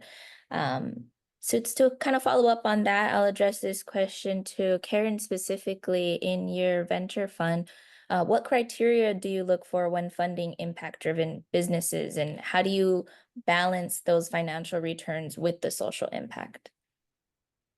So Anastasia hit the nail on the head with the fund. From a funder perspective, you've got to find the funders that if they're interested in returns, then you're going to have to deliver returns. If it's not that type of business where the investors can get out, sometimes we say that there's an M&A can happen or something to that effect. Then there are plenty of grant organizations that, some very large ones that can give money. From our standpoint, I don't have much of a difference between financial and social impact. I want to invest in female founders and founders of color in this ag space, and I know they will outperform the 98% of the folks receiving monies today. And so where I play, it's important for us to generate returns because it's the type of investors that have invested in my fund.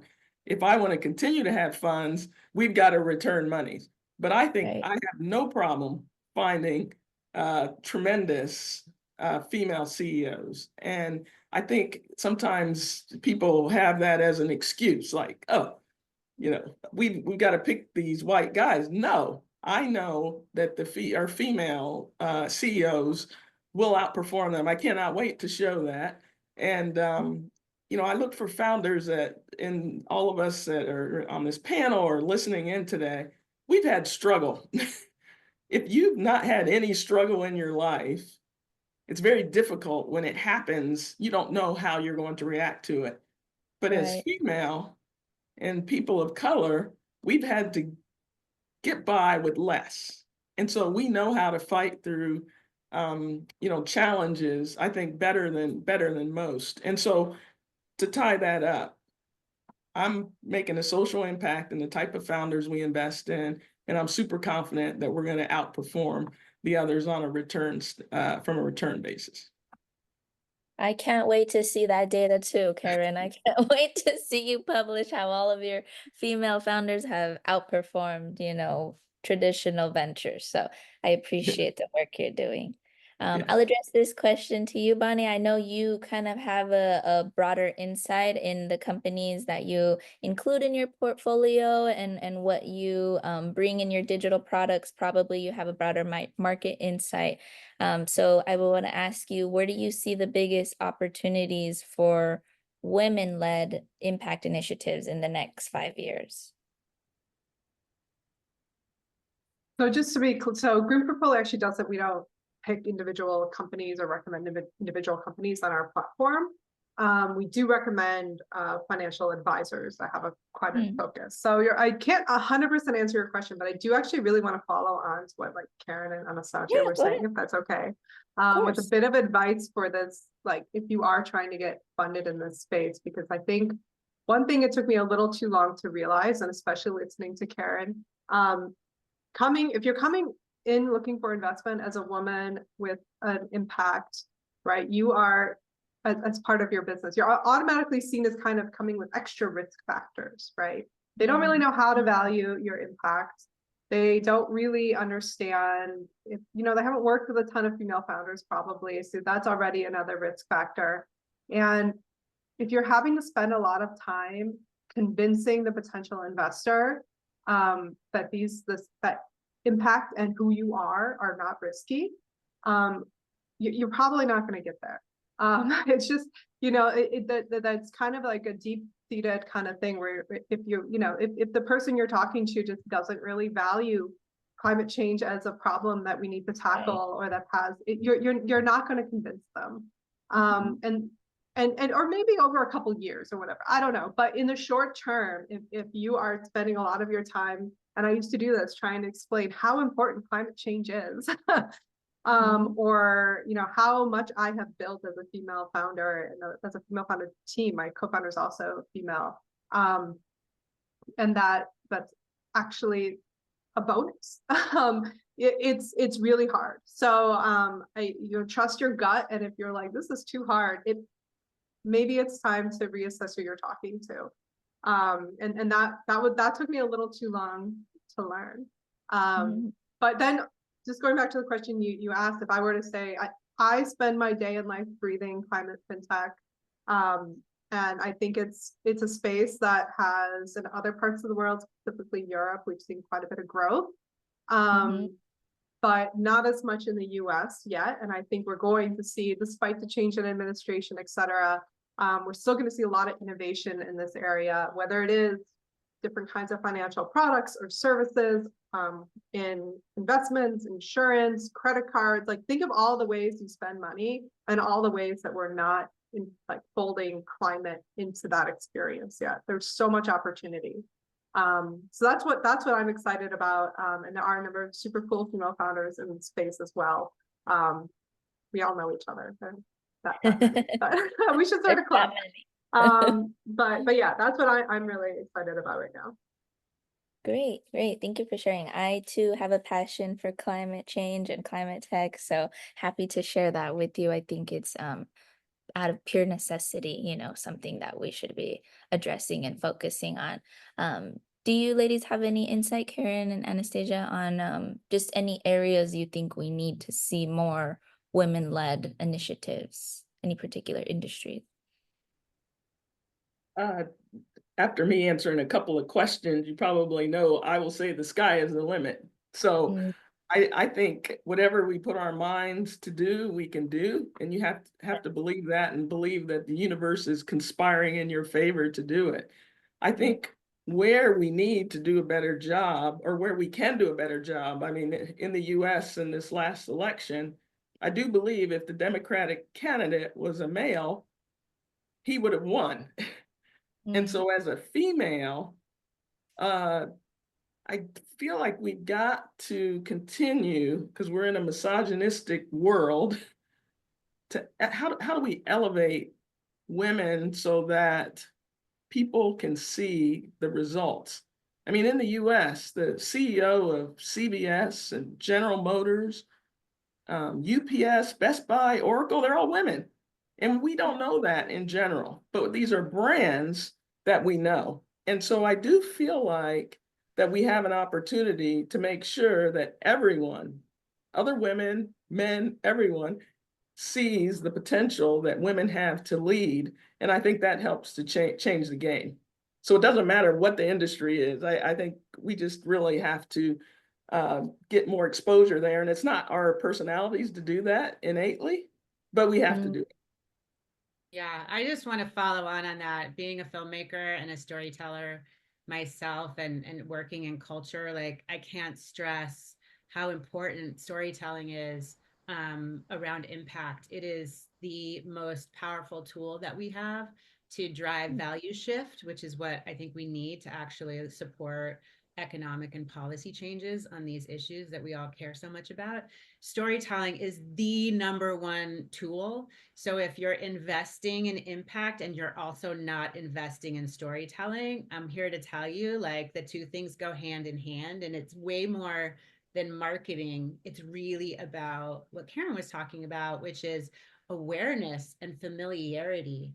You know, like, I couldn't agree more that the #1 challenge that we have with backing female founders is storytelling. Like, we need to see more of these women out in the world, living normal lives, by the way, not being super women, not being superheroes, right? They're just regular people doing a great job, because that's what we do when we're CEOs, right? Well, some CEOs not much, but I think that storytelling piece is so incredibly important, and I just wanted to double down on what Karen was saying.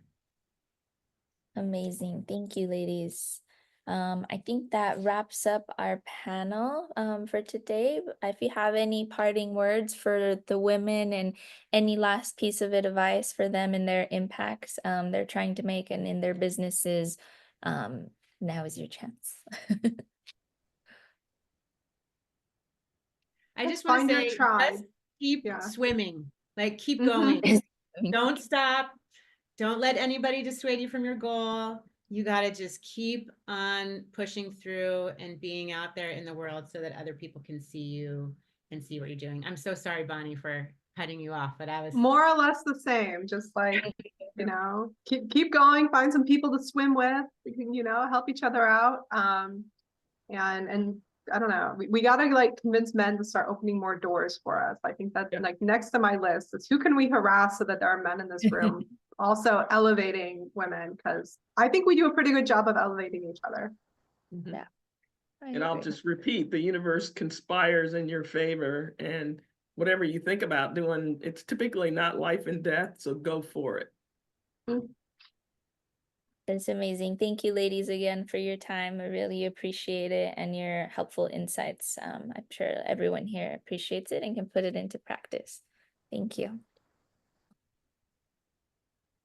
And Cheryl, oh, there you go. Thank you so much. I deeply appreciated every single voice on this panel, and I'm sure it's made an impact for everybody listening in. I would love to introduce the next part of our Women's Impact Summit. It is truly a pleasure to introduce to all of you the participants from the Academy of Women Entrepreneurs in Asia and the Pacific and Africa that are going to be pitching today. AWE helps women entrepreneurs by providing them the knowledge, networks, and access they need to launch and scale their businesses. So coming up are a bunch more pitches. Once again, I commend the bravery and the risk taking that these people have taken. These are international initiatives from the Academy of Women Entrepreneurs. Once again, first up, we have Julija, mentor, business coach, and founder of Little Country, Hayun Leila. Oh, wait, sorry. We just is Julija, mentor, business coach, and founder of Little Country. We look forward to your pitch.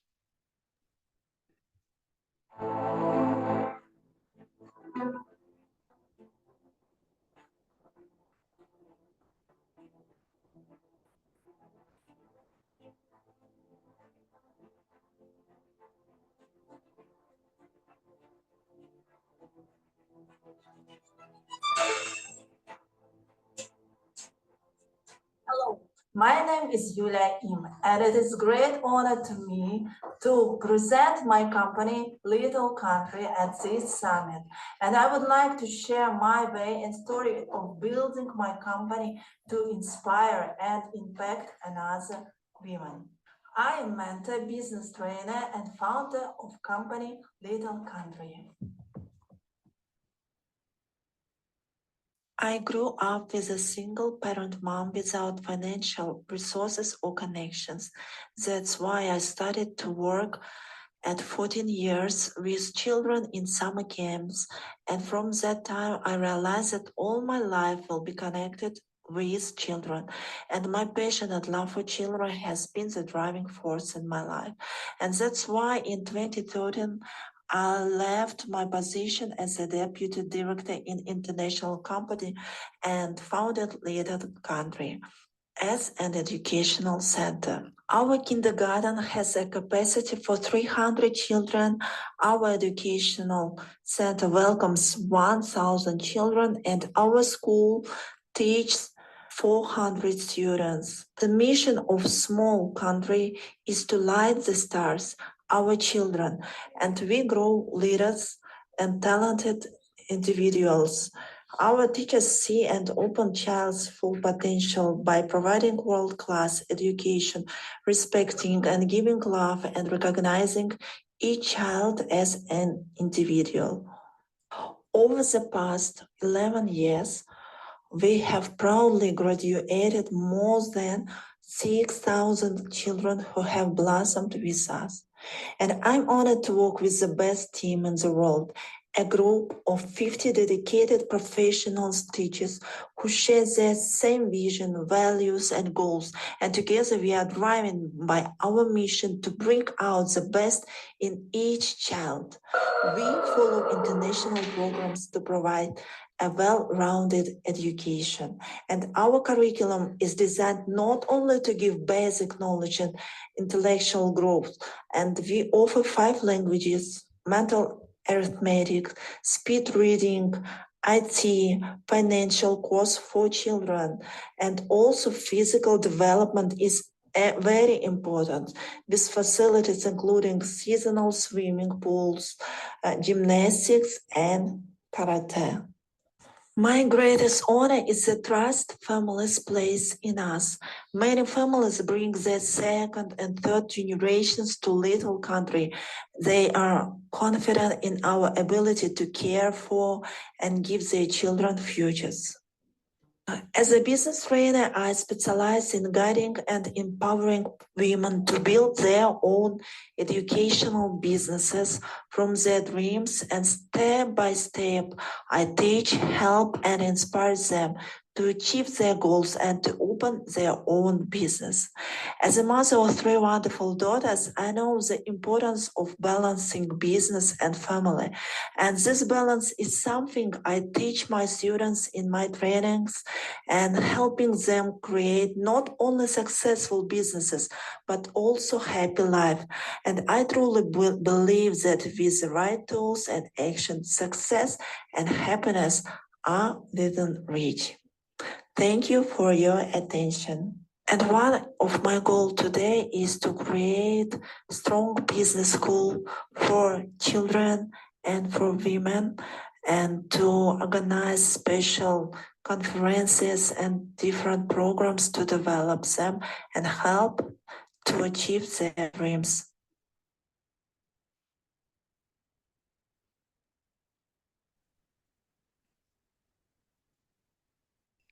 I loved seeing those images of little children growing up to become powerhouses in the business world. What an incredible pitch. The next pitch for us is from Hayun Leila June, founder and CEO of Leila Incorporated.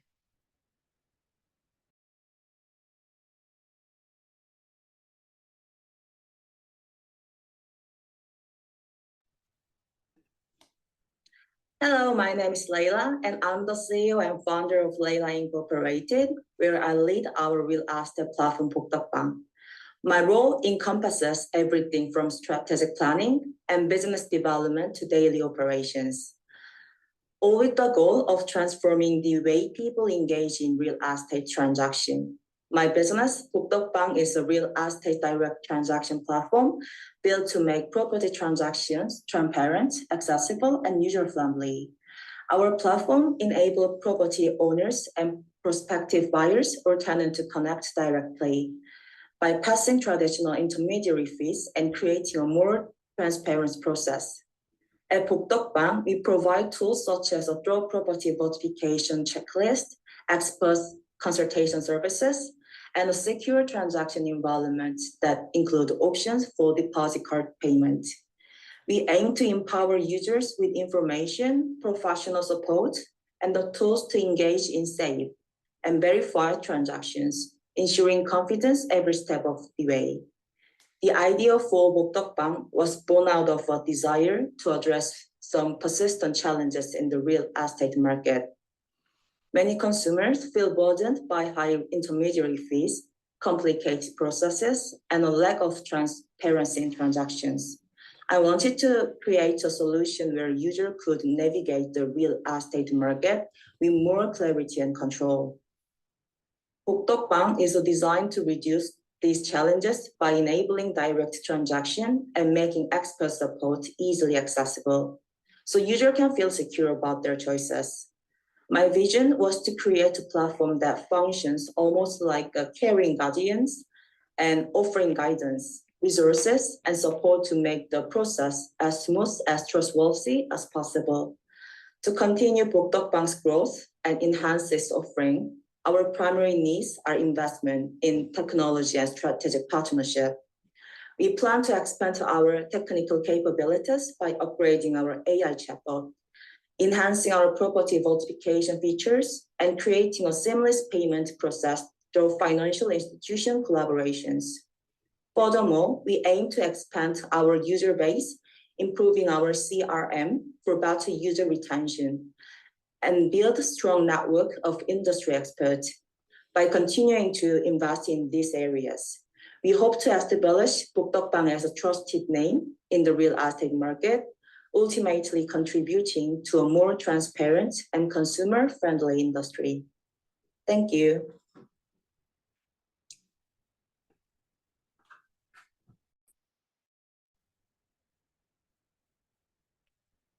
What another incredible pitch once again.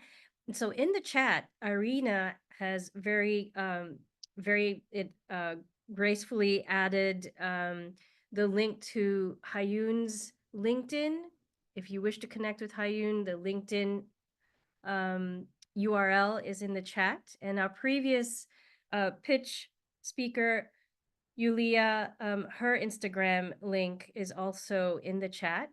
Feel free to click on those links and connect, make connections. This is what this event is all about. If you are just logging in, this is the Women Impact Summit. It's a yearly event hosted by Heroikka, and I am your host, Cheryl Leong. Always a pleasure and always proud to be here for you, to introduce all these pitches, all these incredible speakers. This is a space where we hope that speakers are given a sense of belonging, a warm welcome, and to feel included, to feel safe, to put their pitches out there. We once again want to congratulate everybody who got selected for their pitches, and we want to make sure that this is a successful place where people connect around their business ideas, their projects, and to get the connections that they need and when to have. Coming up next, we have Arai Lim Jakipova, CEO and founder of AZ Advisory Education and Career Consulting. We look forward to this next pitch. Take it away.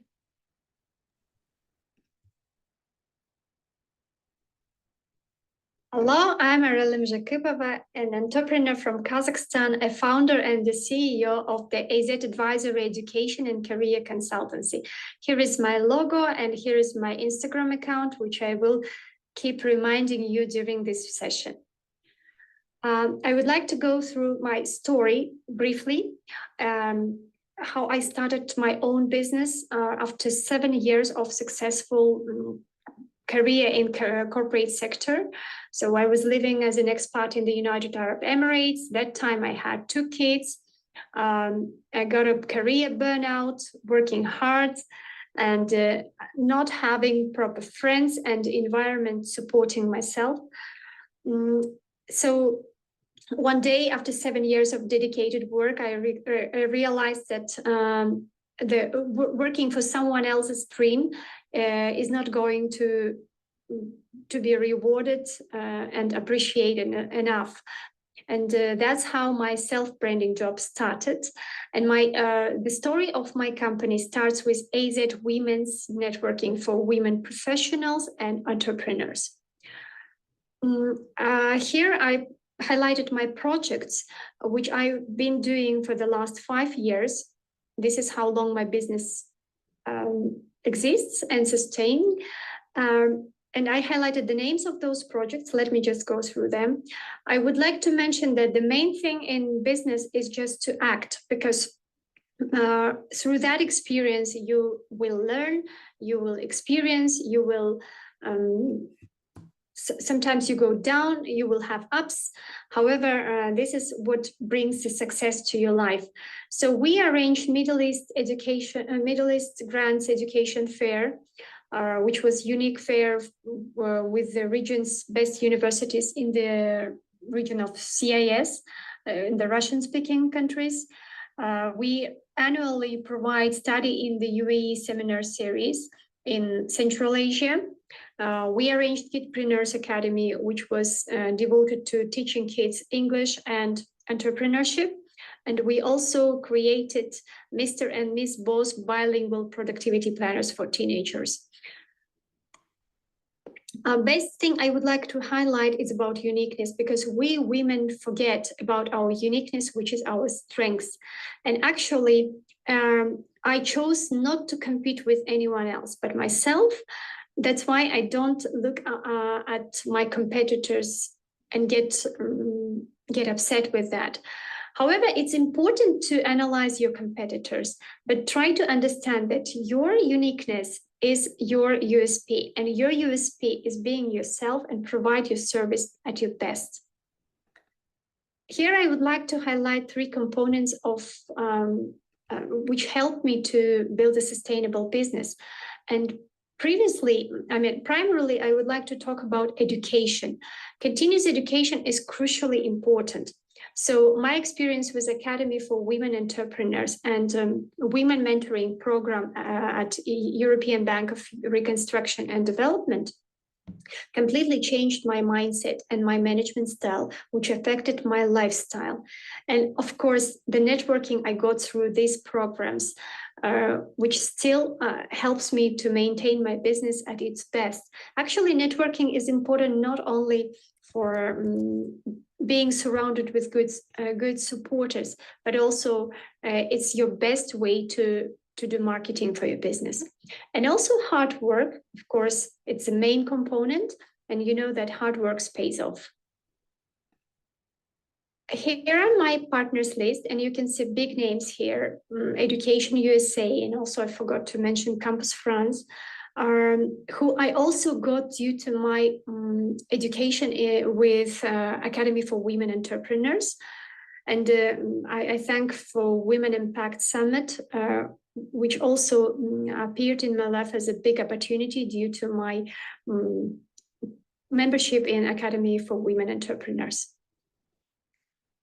I would like to highlight the numbers I got within these 5 years. So we have 7 employees working remotely worldwide.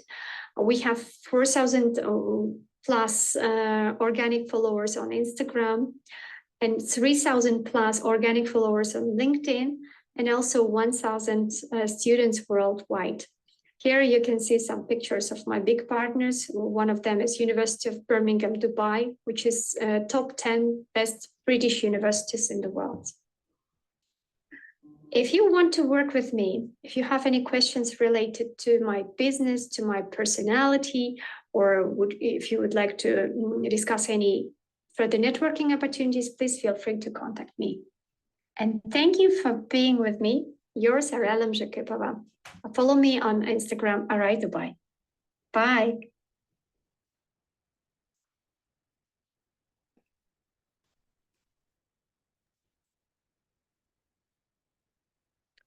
Another inspiring and beautiful pitch from Kazakhstan.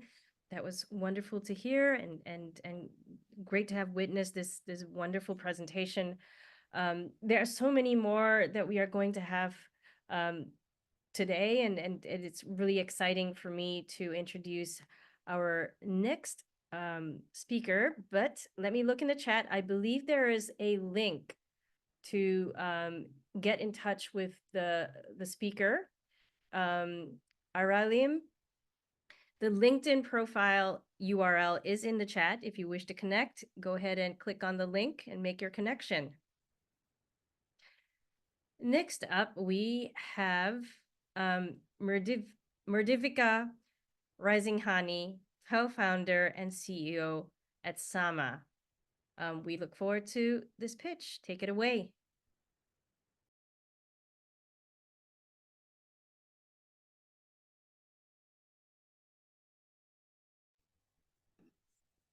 Hi, everyone. My name is Mridvita, and I'm one of the founders and CEO of Sama. It's an AI-enabled startup in the space of employee retention and gender inclusion. I started Sama about 2 years ago with my co-founder Payoshni. It's a platform that we deploy in organizations. It has two sides. We use one side as an interactive dashboard that helps organizations understand what is the predictive turnover intention of its employees. And the other side of our platform is a solutions hub, which has wide range of employee development and DEI related programs that organizations can use to retain employees, especially women employees in their organization. I started this business because it had started to feel like a large enough problem and an important enough problem for me to solve. As I grew up in ranks, having worked across different sectors, both in corporate, nonprofits, and startups, I saw women, lesser women taking seat on the leadership table. There was a study by CMIE in 2022 that said that only 9% of Indian urban women were gainfully employed, and that statistic made us pause and kind of drove urgency, in the work that we were doing. We spoke to several organizations, and while a lot of them were deploying a lot of interventions to increase gender representation, but they were not really using data to back those interventions. I think we need more organizations to consider this work of gender inclusion and retention as not just important work, but also urgent work. And our aim is to sort of drive that urgency. We would like organizations to become more data-driven. We would like organizations to hold themselves accountable by going beyond the promises that they make each year in the month of March around Women's Day, event. We really, really hope that more organizations join our mission to increase representation of women at different levels, not just entry level, but especially help us solve the leaky bucket problem that exists very specifically in India. But I'll not be surprised if it exists around the world. Thank you, everyone, for listening to me, and you can find more information about our work at www.samalives.com. Thank you.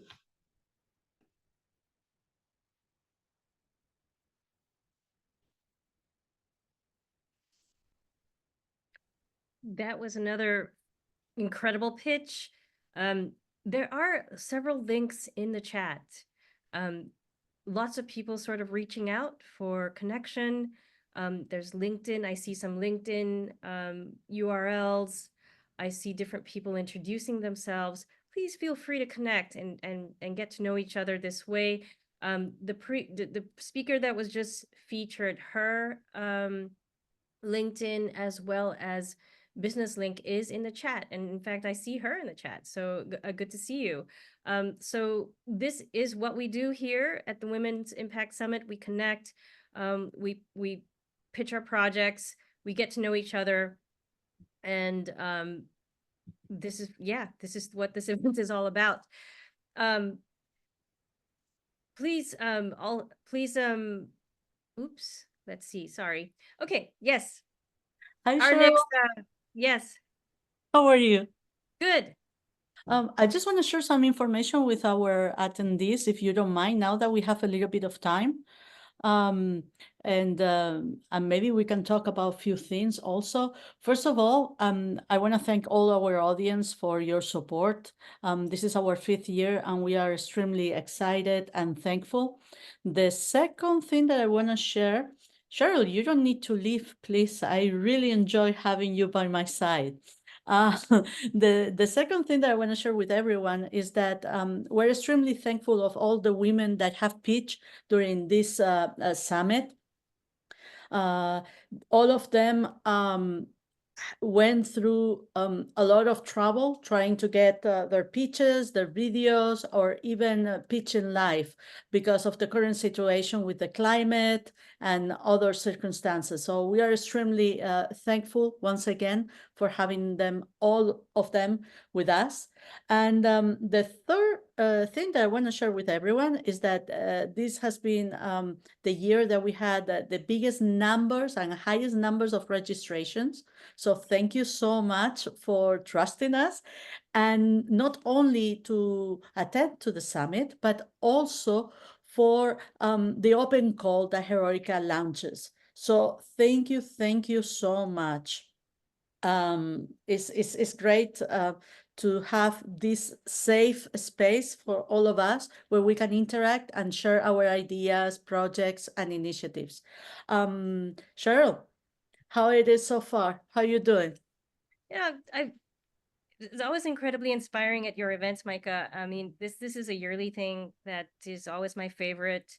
I think there's just an incredible amount of courage. I think Heroikka and the Women's Impact Summit is born out of the context of sexism, and we are here to kind of punch it and get as much of our impact out as possible. So this event is always fantastic for me.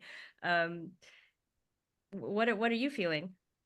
I'm feeling great, and I cannot be thankful enough to all the community, our sponsors and stakeholders. So we only have one more pitch.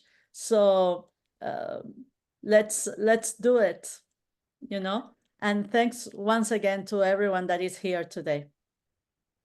All right, one more courageous pitch by Idal Raka, owner and founder of Boss Lady Burgers. Take it away. My name is Idal Raka, and I am the owner and founder of Boss Lady Burgers. Boss Lady Burgers is a burger cafe situated in Ley City in the Moraba province of Papua New Guinea. I've been running my business for over since 2017 as a home-based business at first, up to 2019 when I officially registered my business. And in 2021, we were able to move out from home and start a cafe business. And so from 2021 to date, we've been operating as a cafe business in Ley City. And the reason why I started my business, it was because I wanted to create a second income. I have a full-time job with my current employer, DHL Express, and I started the business to create a second income as well as create employment. And because I have a passion for cooking, so I turned that passion into a business. And when I started it, I didn't think much of it, but it evolved. And we had a lot of customers coming through and I guess appreciating our food and the meals that we were preparing. So when the opportunity came about that there was space for us to rent out, we grabbed that opportunity and we started our cafe business. So yeah, so 2024, it's been 3 years since we've been operating as a cafe business. We predominantly serve burgers, combo meals, but we also, our business has evolved into a catering business as well. So right now in my team, we have about three ladies, three females, and 2 males as a part-time, three females as full-time employees, and 2 males as part-time. And one of the males is including my eldest son, who has been taking care of business since this year, ever since he left school.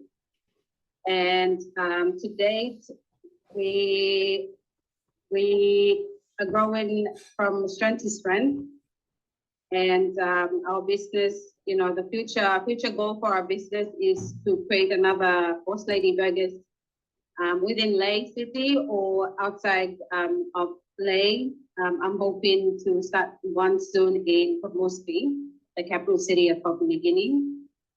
And I guess the challenges that we're facing right now would be our location, current location, where most of our customers must have, access to vehicle to actually drive to our cafe. It's not situated where, people can easily access it. So that's one challenge. The other challenge is my team, going through, still require training, professional training, because most of them have, come with probably 1 or 2 years experience. But I still feel that we need to get them professionally trained so they become confident in what they're doing. So in a nutshell, yes, that's my business, Boss Lady Burgers. I'm very, I feel proud that I've created this business, and it's employing, women especially, because I believe in empowerment, empowering women through, economic means. And if I'm creating jobs for one lady, that's my goal achieved in life. So that's pretty much what Boss Lady is all about. With I guess from home base coming out to the open market, like we've been so fortunate to still be in the business. And I say that because right now in our country we're having a very challenging times in terms of development and economic crisis. And I always say that running a business in Papua New Guinea is not for the faint-hearted. You gotta have the grit to keep on going. So thank you. That's all from me.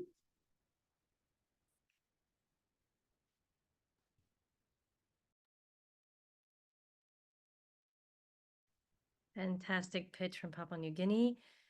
Once again, there is a link to Boss Lady Burgers. It's their Instagram link. It's in the chat. Go ahead and click on it, connect with Boss Lady Burgers and offer support. So here we are at the Women's Impact Summit. My name is Cheryl Leong. I am more than proud to be your host today. What we have next is a really interesting panel, and I'm really looking forward to seeing it. I also see a friend's name in there. So I'm extra excited for this one because I see friends in there. I think the big question, right? It's a big one. Don't we love all the great businesses that are creating impact in our communities? The theme of this chat: do you really know our needs as women entrepreneurs? And I think that's a big question. What do we need? What do we need, and what do we want to get out of this? I'm going to start by introducing the moderator, Anita Larson at Lita Coaching. If you're here, turn on your camera and your microphone. And hi, Anita. I'm getting excited. And let me introduce the speakers. I'm Anita Thomas, etiquette and dining consultant and transformational leadership consultant at Georgia's House of Etiquette. Welcome.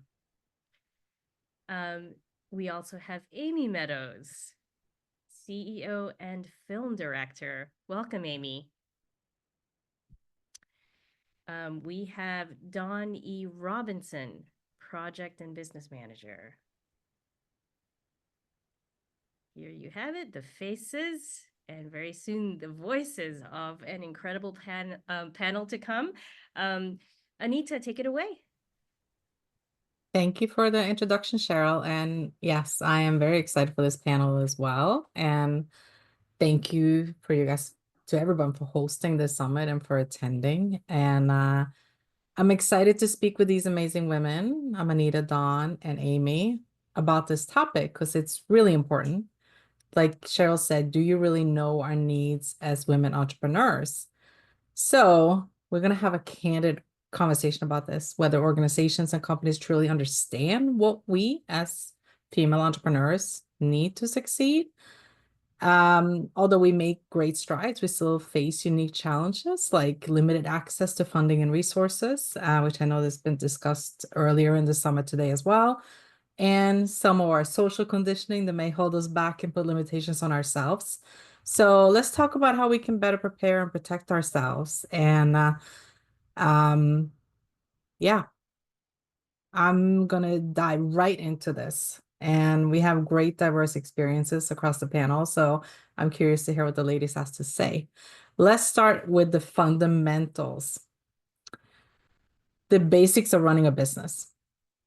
We're just going to start here, ladies. So do you feel like the resources that are currently out there really help us prepare as female entrepreneurs, prepare us and protect us legally and financially? Do we have the resources we need? Do we know what we're getting into when we start running a business? So what challenges have you personally faced, and how can support systems possibly make this better? I'm going to start with Dawn. Do you want to jump in here? Sure. Hello, everyone. Thanks for joining us today. My name is Dawn E. Robinson. I'm a two-time co-founder. And so what I found just when starting was, I knew that I needed to incorporate our company. I knew that I needed to, open a bank account. And I, knew that we had an idea, and I was very passionate about it with my first organization. But what I didn't know was that I needed to have a partnership agreement, so that, when you're partners and you have a disagreement, you don't just get fired. What I didn't know was how many scams were out there. Like, there's so much information, and sorting through all of it, this person can write you a grant for $1,500. Well, their writing was the same as mine, so it wasn't really helpful. So, skimming through all the information and having the correct, source, the right source. So I was fortunate because I am an extroverted introvert. So I did a lot of socializing, and I was able to be in a cohort where we had lots of resources for the 15 of us, and it was really helpful. Great. Yeah, I can appreciate all of that. And I see that with my clients too. It's, just knowing that you don't know what you don't know is the quick and easy answer there, right? So what about you, Amanita? Any takes on this? I think the resources are out there, but it's like finding, what is it, a needle in a haystack, and you gotta verify, is this really a needle? Because the resources are out there. I think institutions, they want women to strive. They want us to be productive because already we're women and we have families and we manage it all. So it's just trying to find them. I think the best way of finding them is through networking. We're gonna have to get out of the house, go network, meet some people, facilitate some opportunities with organizations on a local level, regional level, national level. These organizations they are there, they're designed, in at least in the States, they get funding to make sure that we are prepared to be entrepreneurs, and we have those fundamentals as accounting and financials and all the other stuff that comes with being an entrepreneur on a fundamental level. Yeah, they are there. You're right. It's just finding them, I think, and access. It's finding them, like which ones are the right ones and which ones, that's just my opinion. No, I agree. Amy, what can you Yeah, add? I think to that point, to agree with them, like there are so many scams out there, and it's really sometimes difficult to dig through and find the quality information. I have been a part of Stella Labs, and now I'm in Founders Institute Accelerator. So I have been very fortunate to find good mentors and good resources, but it's difficult. I also think that when companies fail past the startup phase, they fail because of people policies. And as a mental health professional for 9 years and a bachelor's in psychology, it really it's the people that matter in the long run. And I feel like that's those soft skills are not taught and not thought through. Yeah, no, that's great input from everybody. And I think we're all correct in our insights there. But I think a lot of that also goes back to our next question, which is really integrated in who we are as women, which is our social conditioning and tending to always put ourselves last. And Yes. yeah, we sometimes feel guilty when we prioritize ourselves, right? And how does this impact us as business owners? What kind of support do we need to kind of get over those internal challenges and boost our confidence? What impact do we see just from simply being women? Amanita, you want to start? Yeah, I was sitting here writing down accountability partners, right? We need other voices that'll drown out that voice in our head that tells us we're not good enough or not today. I just recently found out a symptom that I had no clue of. My daughter was telling me that she's suffering from imposter syndrome, which is doing the work to get ahead, to have a place at the table, and then you mentally, you're telling yourself, no, I don't deserve to eat. I don't deserve to be at this table. And so for me, yeah, I'm struggling with how some of our young entrepreneurs, our young sisters, and probably some young brothers, but how do they get to that thought? And then the only way that I can think you can drown out that voice is to have other voices that'll overshadow that voice until you are deserving, you are worthy, you are enough to be there and to execute what you need to execute for your business. Yeah, that's a great point. Have those I think mentors. to Amy. Amanita's point, and hi Cheryl, love you girl. Let's have coffee in San Francisco. Hi, I think to Amanita's point, like especially after the last couple of days with the election, that mental health care and having a solid therapy practice, journaling practice, meditation, prayer, whatever it is that you need, in place is going to be really vital over the next couple of years of people building businesses, because the white cis het men really don't want us to believe in ourselves. They really want to tear us down in any and every way that they can. And I think, building community, building accountability partners, and having therapy and practices like that are going to be what's really important for us. Yeah. Dawn, what can you add to that? I would, first of all, yes to Amanita and Amy. Regarding imposter syndrome, I was, so one of my cohort was Digital Undivided, and I realized I didn't mention that. So Digital Undivided, and also the NASDAQ Entrepreneurial Center, two really good resources for women. And Digital Undivided has a Do You Fellowship, and it's for Black and Brown women. But I got a mentor from I don't know what's happening on I had a message from Zoom. Anyways, I had a mentor when I was with Digital Undivided, and it was so very helpful, not only for my confidence, but just as a great resource for me to be able to go to this person who had the experience. But the second thing regarding imposter syndrome, so I'm with 15 Black and brown women. 2 of them were on Shark Tank. Several of them were on Oprah's favorite lists. I mean, these women were amazing, powerful. I got in and was like, what am I doing here? Right? And then when we broke out in smaller groups, like 2 of them were like, you're so accomplished. I don't know why I'm here. And the Shark Tank girl was like, I don't know why I'm here. And we were all like, we got to work on this for each other. We've got to lift each other up, but we have to figure out what that is that in your head, that's like, you have a master's degree. So what? It's, that really is not that big a deal. When it's a big deal, getting out of bed every day these days, it's a big deal. It is. And we're stronger together is the bottom line, and we need to be there to Right. support each other. Find that community, find that mentor, the accountability partner. And I think another thing is ask for help.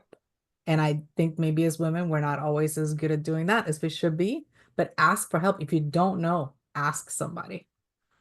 So, so if you look at then at the organizations that, that there are organizations, like you just mentioned a couple, Dawn, and there are organizations that are there to support women. But with all the things we talked about, starting the business, knowing what you need to know, all our personal,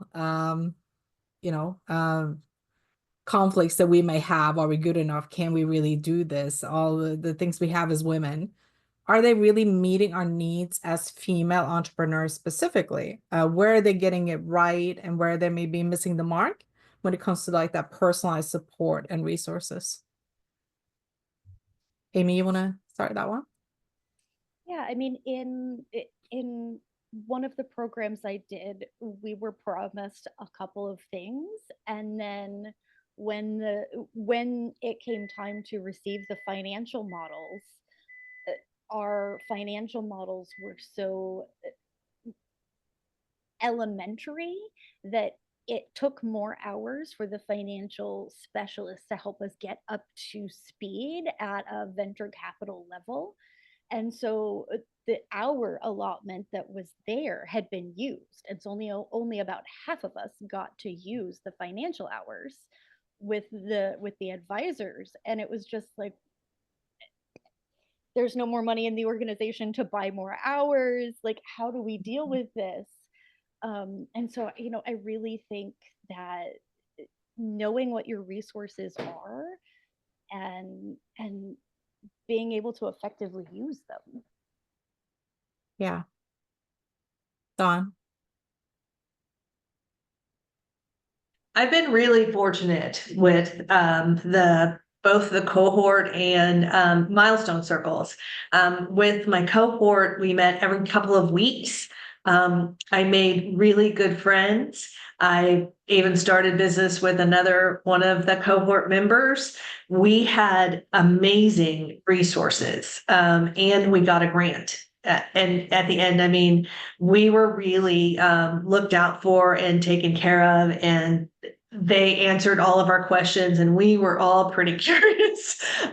So that was amazing. And then the milestone circle, where I met both Anita and Amanita and Shamika, was just amazing. I couldn't say enough about it, because I just remember the first day I was having a really hard time because I was leaving my old company. I think there was something happening where the first day I was overwhelmed, and I got there and I was like, oh, this isn't as hard as I thought it was going to be. And I got so much love and support, and every week I felt like we got that. And so, not only did I make friends, right? But I got really good advice. Yeah, very true. Amanita, what can you add?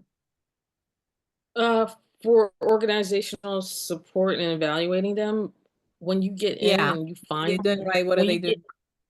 You find one, I think you need to connect with other people, find out what their experience is in that organization, and as well as, on the street of the organizations of women's support, when you go out networking, find out, have people heard about such and such organization? Is this good? Did other people come through it? What was their experience? And also understand, because we as women, we don't always create boundaries. We need to create those boundaries so that we can limit our exposure to organizations that support us. So for example, Dawn said she had the 2 organizations.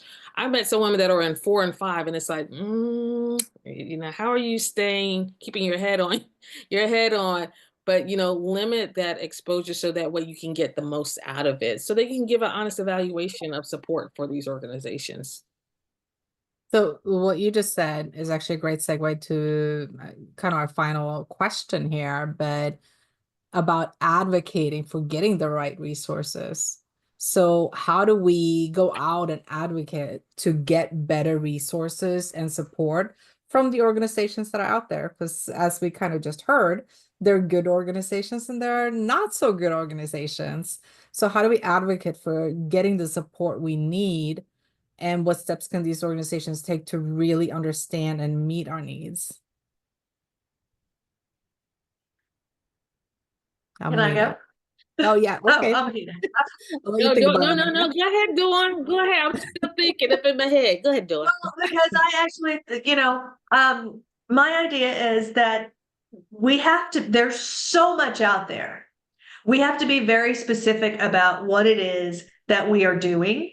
We have to be very specific, as specific as you are in your pitch deck. And then you'll know what your needs are. And one of the great things about the milestone circle is what takes your company to the next level, right? What do I need right now? And what will take me to the next level? And then those are your next 2 steps. And from those 2 steps, you know exactly what you need to ask for. And then you can narrow down where you need to go to get it. Yeah, I like that.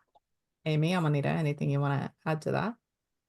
Yeah, I think for me, I have really taken this on as a personal challenge because I've been a military kid. I've lived in a lot of places and made friends all over the globe. And when I started working at Impact Hub Berkeley and running, workshops and networking events for them, I was like, this is really amazing and great. And I like being in the Bay Area, Silicon Valley kind of environment. But how do we get this out to the rest of the country and the rest of the world? So what I've been working on the last 3 years is developing a reality TV show where we take women entrepreneurs, run them through an accelerator program for 16 episodes, give them expert lessons, games, and pitch competitions, and then showcase that on streaming and reality TV. And it really helped to get the information out there in a much broader way. So it's not gatekept in these tiny little institutions. I love that. If we could all be a part of your reality TV show, Amy, then we had all the resources and support we need. Amanita, you want to add anything to it? Just, nothing that hasn't already been said. Use your voice. Use your voice and know who to talk to and know who to go to. We as women, we know who above us and who are our support, who will get, what type of people will get things done. So I don't tell people that don't do anything that what my needs are because they haven't been able to make movement for themselves. I go talk to someone who's moving and shaking and is going to be a great advocate. We know how to find those people, and we know how to, or at least we should learn how to open our mouths and ask for what it is that we want. And I would say be specific, but sometimes in this area, it's kind of hard to maneuver through it, but work through it as best you can, but use our voices, ask for what it is that we want, and ask for other people that are doing that as well too. Those are the people you want to be with, and let them know who you are and what your needs are. So as a final step here, let's go around, and if you could kind of leave everybody with a piece of advice or piece of wisdom you want to share with both the organizations that are there to support female entrepreneurs, but also to up and coming women entrepreneurs, what would you tell them, Amy? I think for me, it's understanding when you hit a move up or move out point. So whether you're in an organization and there's space to continue growing, or whether it's time for you to move in a different direction, that's as an entrepreneur or as an employee, and being able to understand and make a choice, not just sit in that kind of stagnation. It kind of goes back to what Amanita was saying about, being able to ask questions, being able to make decisions, and get quality advice from people when you don't quite know which one you want to choose. Love that. Amanita, what can you leave us with? Go to Dawn. I'm looking for this quote, and I want to make sure I get it right. Dawn. a piece of advice and then some life wisdom. The best advice I got, I think, as an entrepreneur, was from a gentleman who said that he went to every networking event he could and met lots of different people who eventually helped him, not only with his fundraising round, but, you know, finding the right people for his team, et cetera, et cetera. So the more you expose yourself and get your ideas out there, then you can hone your pitch and you can, you know, find your tribe. And my life wisdom is be gentle with you. When I was in business school, I got a 56 on an accounting exam. I got the lowest grade in the class, and my friend that I studied with got the second lowest grade. She was crying, and I was like, no, we can do better, right? We have a whole semester to make up for this, and we'll be fine. But we are often our worst critics, and we're super hard on ourselves. And the things that we say in our head, we wouldn't tell anyone in our lives. So be kind to you and love on yourself and take care of yourself. And that's not only for self-care, but for your sanity. So be gentle with you and good luck on your journey. Thank you. Amanita, got your quote. So the quote, well, the one I wanted was, if you think you can, you're halfway there. I think it's by Theodore Roosevelt. But another one by John Maxwell, who's a leadership guru, is personal development is the belief that you are worth the effort, time, and energy needed to develop yourself, by Dennis Waitley. Invest in yourself, believe in yourself, and make sure you surround yourself with people that are same like-minded as well, organizations included. Yeah, I love that. And I'm going to go back to what I said earlier, which sounds so simple, but it's not always. And that is, don't be afraid to ask for help. You don't know what you don't know, but there are people out there that have already gone through this journey. They already done it. They fell over and got back up and they kept on going and they made all the mistakes already. So take advantage of that. Go and ask them, get advice, get support. Don't be afraid to get that support and reach out for it. And I agree with kind of the common theme here, I think, is don't be too hard on yourself. We're not expected to go into this and know everything there is. You know, there are things you have to learn along the way, and there are things you have to fail to be able to move forward and be more successful. That's just experience you have to get along the way and is to be expected. So this is great, and thank you for sharing this with us. I think another key takeaway from the organizations is, or to pass on to the organizations, is don't just put in place programs for women entrepreneurs just to check off a box and get it done because you should be doing it. It needs to be there with an intention. It needs to have a goal. You need to really have a commitment to making an impact to make it work. So it needs to be meaningful and we need it. So please put it in place with intention. So thank you. Thank you everybody for listening, and thank you Micah and Heroikka for having us. Oh, no, thank you to all of you. I want to share with everyone in the audience that these were some of the women that I shared my circle with. And thanks to them, especially at the beginning of the year, we were able to go through a rough patch, all of us. So I'm very thankful to all of you, for sure. Amy and Cheryl, we need to have a coffee. I mean, this is mandatory now, you know. And Anita, Dawn, thank you so much, really. And Amy, thank you so much for sharing once again everything that we have to go through every time, you know, and every day. I want to make, before we finish this year summit, I want to share with all of you, if you allow me, Cheryl, a couple of announcements here. Okay. First, during this summit, we promised that we're gonna give again 2 workshops. Everyone loved the workshop from Nelly and also Pamela. So I guarantee you that we're gonna try to make it happen during the first quarter of 2025, okay? And we will keep you all informed. The second thing that I wanted to share with all of you is that I know that there are some WhatsApp groups over there happening. I see a lot of vibrant conversations in our chat. So basically, we're looking for ambassadors, of course. Please contact us, connect with us. We have people in different countries around the world, but we always want more people to actually help us, spread all the work that all of you are doing. So please join us and contact us.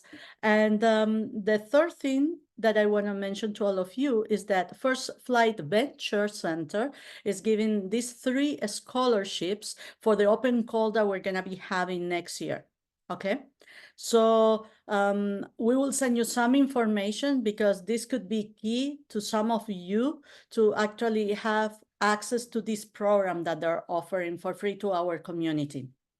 The other thing that I want to tell you is that we've been so impressed about the open call from Heroikka that we have decided to have another pitch and networking event during the first quarter of 2025 to give more visibility to all those projects. So stay tuned. You will receive more communication from all of us for sure.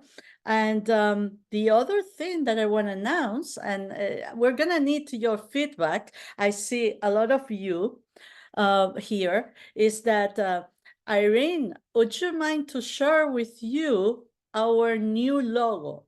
Please let us know. Let us know what you think.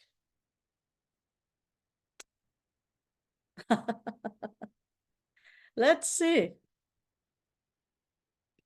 We decided to give a new image inspiring ourselves in all of you. Oh, thank you, Linda.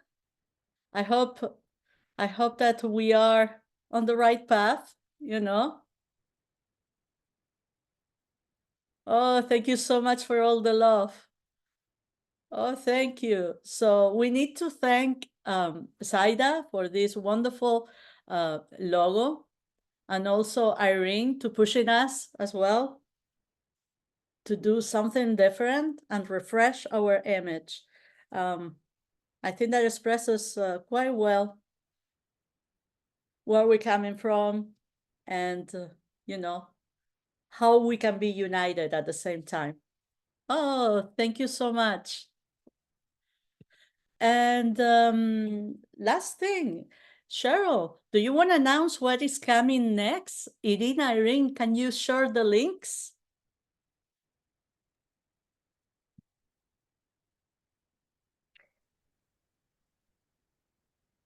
Yeah, it looks like coming up next, it's a very exciting networking party, which will allow even more connection. But before I introduce that networking party and introduce the people who will be hosting the networking party, I just want to thank every single participant who was here. I think you were very much a part of today's impact. Every single person was supposed to be here. There was no question that you were meant to be here. Thank you so much for taking whatever time you had to be here and being part of this impact and being part of this event. This wouldn't have happened without everybody just coming in. More than 100 of you were here with us today, and that was just an incredible part of the atmosphere that we had. But without further ado, yes, join us at this networking party. I don't know if the MCs would like to introduce themselves for the networking Thank you, party coming Cheryl. up. Hi, everybody. My name is Miyuki Kazahara, and we have Shamika Houston here too. And we are here to let you know, in case you don't know, that we are about to start an amazing networking party, digital networking party, but really fun nonetheless. So right now, the team has dropped the link to that room in the chat right here. So please join us. It's going to be super, super fun. You'll be able to meet other amazing women, other folks that are here as well from different parts of the world. So do not miss it. Click on the link and we'll see you in a few minutes right there. See you soon. Thank you so much, Miyuki, Shamika. I can't wait to see you there. So yes, we are putting here the link for everyone.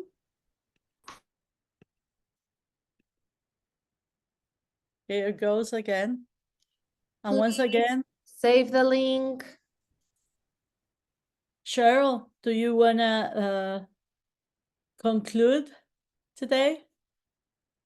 Yes, thank you everybody for joining us. Thanks to our global partner Open Value Foundation, Casa África, and the Academy of Women Entrepreneurs and our community partners. Thanks to all the amazing women entrepreneurs from the Heroikka Open Call that have inspired us today. Thanks to our team. Irina was in the background, super hardworking. Monica, Zaida, and your founder, Micah. Can you just wave? I don't think you take enough space to smile and soak it in, Micah. And our wonderful translators, Anouk and Heidi. Thank you very, very much for being here. Thank you. Hazel, thank you so much. And Anouk too. You've been wonderful. Thank you so much for your help. And a big applause to Cheryl. Cheryl, thank you so much. Of course, anytime, a pleasure. You've been great. We're gonna see you in the networking party? Yep. Awesome, great. So everyone got the link?